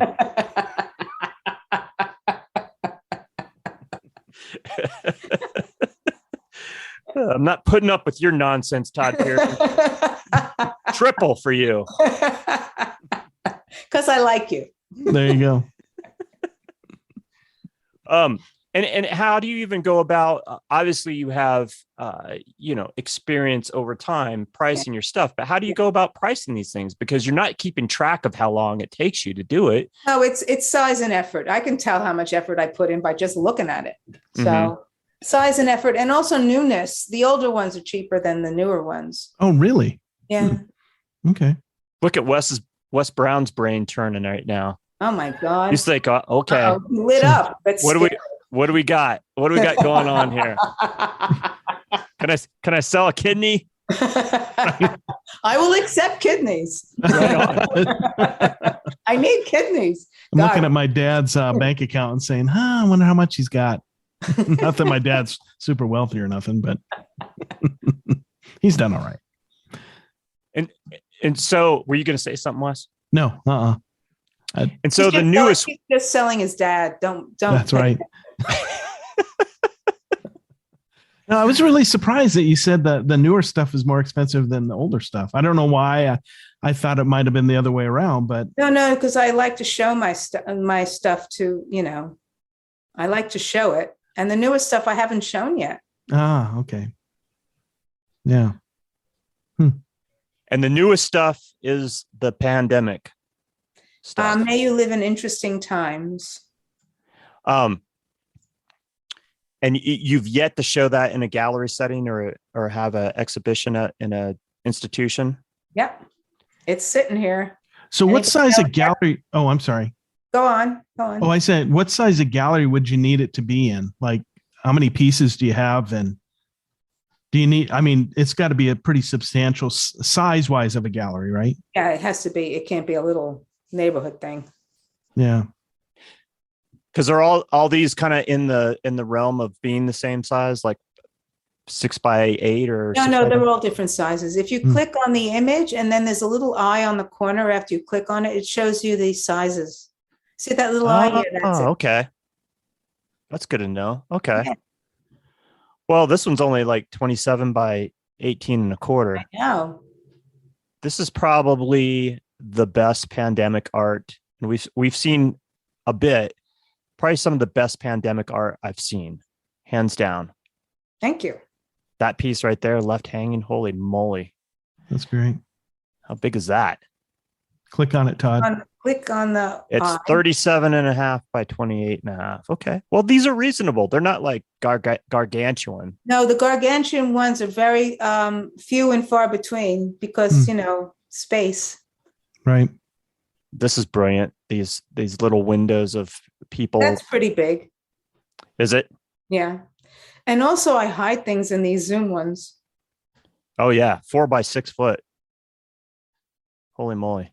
I love that you have these little details that you hide and just the details in general, like the America piece. You have, in the corner, you have a guy making that stupid symbol, whatever that neo-Nazi white supremacist symbol is. That's also the symbol in sign language for asshole. Right. Well, that's what they are. Apropos. But yeah, this is absolutely brilliant. I would love to see this work hanging somewhere, as I know that you would. No interest as of yet, or no, because everyone is trying to catch up with themselves. They had to cancel everything in 2020. So they can't really book new shows because they're trying to catch up with the ones they couldn't have. So it's all suspended animation, basically. Mm-hmm. I can't take it personally, but I do. Well, it'll happen. And speaking of suspended animation, that is amazing, right? This one is called Feed, and that was a commission. Oh, really? Yeah. Okay. But I put it in there anyway because I like it. It's amazing. It is absolutely amazing. 35 inches by 52 inches. Okay. So are you particular about where this gets shown? It has to be in a big place. I mean, aside from that, does it have to be some place prestigious or? Yes, please. Okay. I didn't know what your thought was as far as like if it had to be like in a museum or Well, I am looking towards museums, but again, museums are all, their schedules are all crazy now too. So it depends. I have a book coming out in November. It's a coffee table size book, and it's mostly the new work. And I'd love to have a show with the book launch, but I'm working on it. We'll see. So where do you have your book published at? Last Gasp, they published my other two books. Okay. And they're in San Francisco. Oh, okay. Have you ever shown in Denver? No, I haven't. What's the museum there like? It's pretty spectacular, I think. I don't know how it compares. Well, it's not going to compare to something in LA and New York, probably. Well, you never know. It's I think it's upper echelon. Denver Art Museum is they show a lot of interesting, diverse work. All right, Todd, get me a show there. I will give you a drawing at a very, very discounted price if you do. Go for it, Todd. Quadruple. It's 4 times as much as the normal price. 4 times more than Wes would pay. 4 times the normal price. 4 times the normal price. Great deal, Todd. It's such a deal. I don't know. I can't promise anything, but we talk to a lot of people all the time. And yeah, you never know. You know people who know people. It's 6 degrees of separation. That's right. it. And that's what we've learned, doing this podcast. We haven't really talked about it much, but we have had our hands in a couple things that have been kind of interesting. It made me very happy that these things happen. So like you said, you never know. No, you never know. I believe, here's the deal. I believe in your work, and I love you as not only I don't know you personally, but this time I've spent with you this evening, I love who you are. I would love to, I wish you were my neighbor. I come knock on your door and harass you all the time, and we could negotiate price. No, that's dangerous. So warning, window. Warning. Danger, Will Robinson. Warning. Climb the ladder to look through the window. No. See, you wouldn't live long if we were neighbors. Or you'd end up in one of her paintings. It's the creepy guy looking through the window. Now that I would take that. I could be, look at this face. I could probably do a portrait of you. Yeah. Looking through my window, me about to kill you. That would work. I can see it. Yeah, that would work. That's funny. Yeah. But no, I would love to see this somewhere. And I do. I absolutely adore the work. It's nothing like I've ever seen. And you were so gracious, agreeing to come on and talk with us. I really appreciate that. You just never know, if you don't ask, the answer is always no. Right. But it was phenomenal. To have somebody of your artistic caliber come and talk to our little podcast, that made my day. And we were like 2 little kids earlier today, Wes and I, talking about the work and, what we were seeing. So you made our year. You made our podcast. Right. God, you've had a horrible year. You poor baby. Well, you take what you can get. Yeah, really. Wow. Social media obviously plays into what you do these days. It's such an important part of what any artist does. Mm-hmm. Do you enjoy doing the whole Instagram thing and participating in that aspect? We already talked about the other nonsense, but as far as like getting your work out in front of people, do you enjoy sharing it and doing all that? I really do. And also it's interesting, before social media, in the Proterozoic era, when I was in my 20s, I once wrote to an artist. I had his book of pencil drawings, and I wrote to him saying, how did you do this? In an actual letter, and I put it in a mailbox. And I wrote to him as a young artist, and he wrote back saying, for $50, I will tell you. Basically, that's what he said. And I thought, wow. Wow. And I want to tell you something. 40 years later, I was a judge for a drawing competition, and he was one of the contestants. Payback's a bitch. So it allows young artists to get in touch with me. And I will tell, I mean, you know, I know I was joking before saying the paper and the pencil, but anything they want to know, I will tell them within reason, of course. But, you know, I just like the contact. I've also done like lectures at universities via Zoom too, with art students, with graduate art students and stuff who've seen my work on social media. And I like that. I like being able to inspire and frustrate and enervate young people. And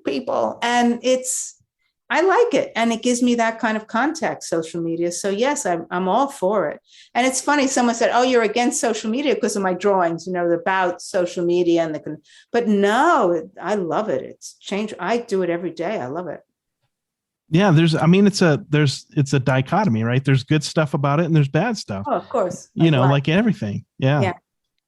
And it does. I mean, I'm always perusing either Pinterest or Instagram, looking at other people's art because, you know, well, part of it because of the podcast, but I'm always interested in what people are doing.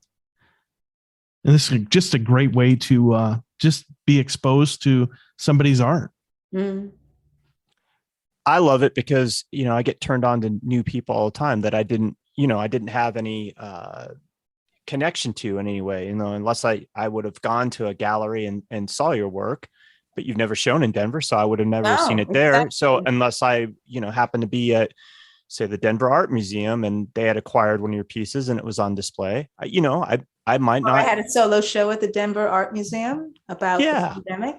That's right. You know, it's extraordinary to get turned on to people that you had no idea that, you know, what their work was about or what was out there. And it's actually mind blowing. You know, there's so many amazing, talented, I use that word, you know, amazing artists out there. We could literally do a podcast a day and still not even come close to, you know, touching how many amazing artists there are. I know. What else inspires you before we leave off for this evening? What gets you your juices flowing? Books used to inspire me a lot. I once read an entire library in Bruges. There was an English library. I had no TV. There was no internet. We didn't even, you know, I didn't have any money. So I went to this library. I got a card for free. And I started at A and I ended in Z. And the only sections I did not read were the cooking and gardening sections. And I read everything else. And so books have always played a big role in my life. But recently, ever since I hit my mid-60s, actually, I've been reading less. I read like pop science books about quantum physics. I don't even pretend to understand it, but it makes me think about reality and shit, you know? So that's the only thing I've been reading now. So mostly pop science, film has really, it's just sometimes I'm watching a film and I get a drawing, just pops in my head. Or, oh man, when you go to a show of paintings or drawings or something and it's good. Yeah. Oh yeah. Or going to a museum and just seeing the old masters is good. Or just going to a concert. I mean, anything that has any art in it at all is fabulous. That's what inspires me. What's the last concert you went to? The last concert I went to was, God, let me think. I can't even remember yesterday. It was the Hollywood Bowl, and it was the violin concerto of Rachmaninoff. Wow. Yeah, and the full moon was rising in the background. It was we had shit seats. I mean, we were all the way up in the gods, but it was really fabulous. The whole thing, the whole night was fabulous. That's a place I have always wanted to see a concert at, is the Hollywood Bowl. Oh, yeah, it was great. I'm going to ask you another business question. Mm-hmm. And this is from one of our mentors and one of the people that influence greatly this podcast. His name was Bob Ragland. He passed last year. Mm-hmm. But Bob was all about the business. He was an incredible artist, but he was always asking artists like how they made their money and what they did with their money. So my Bob Ragland question for this evening is, when you get a huge payday, what do you do with your money? I put it away, and then I do my own work for a couple of months. Nothing extravagant? Nah. No Ferraris sitting in the garage or... I don't drive. I told you, I don't drive. I don't cook. I'm in LA and I don't drive. I mean, seriously. Yeah, that's unreal. That's unreal. I guess I didn't pick up on the whole driving thing. I heard the cooking thing, but I didn't pick up on the driving thing. I lived in Europe for 36 years. I was a poor artist. Why would I drive? I mean, well, and Europe has the most, amazing public transportation system. Exactly. You can get anywhere with public transportation. Exactly. So when I first moved to LA in 2011, all my friends said, "Oh, call me and I will pick you up." Well, they stopped answering my calls after a while. But fortunately for me, Lyft and Uber started. So that saved me. Now, see, if you were my neighbor, you could call me up anytime. I don't think you'd last that long for me to. Oh, I would. Drive me anywhere. I can imagine the conversations. I mean, where would we going? Were we going to the grocery store or what? No, we're going to, openings and shit and museums and stuff. Well, I'd be totally down for that. All right. So move here. I'm about ready to move to LA again. I was going to say the opposite. You should move to Denver. I've never been to Denver. Never? I'd like to go there for my opening, please. Okay. Man, we're working this angle. We're going to have to make it happen, Todd. Yeah, I know, right? I'm coming to Denver. Oh, you know what? Oh, yeah. So you've never been to Denver? Do you know any? No. We have some other great museums here. We have the Clifford Still Museum. Mm-hmm. They have the largest abstract art. Yeah, but Laurie said that she can appreciate some of it. Right, I mean, it's not like it's totally well done and original. I'm good. And Vance Kirkland. The Kirkland Museum. I don't know if you're familiar with Vance Kirkland, but his stuff it's pretty amazing. Mm. And we have a very thriving art scene here. So you never know. I think the only thing that we're missing is Laurie Lipton. Obviously. If Clifford Still's artwork can end up in Denver, there might be a Laurie Lipton museum in Denver. You never know. You just never know. No. This doesn't seem like something that you probably keep track of because you just don't concern yourself about those kind of details. But and the work takes a while to make. Mm-hmm. But how many drawings do you think you've done during the course of your lifetime? I mean, you already claim to have drawn more so than anybody else on the face of the earth. I'm just curious if you had any kind of number. I would say hundreds of thousands. I would say a lot. A whole lot. Yeah. Laura, thank you so much for taking time out of your evening. You could have been doing a multitude of things, calling your friends. Been drawing, for God's sake. You could have been drawing. You could have been calling. You could have been going to a museum or a concert or. Not at this time of night. What are you kidding? It's only 9:30. It's past my bedtime. I'm an old lady. For God's sake. No! Well, we're going to change that. You're going to move to Denver, and this is when we get started here. Jesus Christ. You don't want to move to West Hollywood? Holy shit, dude! You move to West Hollywood. Come on. Yeah. I couldn't afford West Hollywood. I'm sure. Neither can I. Jesus. Wow. Oh, I know I'm a success because I can't afford my own art. That's the best line yet. In 2.5 years, that's the best line yet. Oh my God, that's amazing. I'm going to make that a t-shirt with your name on it. I want a percentage if you sell it. Okay. Oh my God. Yeah, for sure. I love that. Oh my God. That is so awesome. It was lovely talking to you guys. It was really lovely. Thank you for inviting me. Yeah. And, I say this every now and then, but meeting you, I feel like I made a friend. There's a connection that the three of us have. And I love you as a person. And I obviously we don't know each other but I just feel it. And I'm just blown away by this conversation. And deep down in my heart, thank you for spending this time with us. I appreciate it. Thank you, sweetheart. It was my pleasure. Truly, it was my pleasure. Thank you. Again, check out Laurie's work at her website. It's laurielipton.com and on Instagram at Laurie Lipton Drawings. And you also have a Facebook page, correct? Yes, it's, I think it's Laurie Lipton Art. I will have all of that information in this week's episode notes. And for the Tenant Podcast, I'm Todd Pearson. And I'm Wes Brown. Have a great week.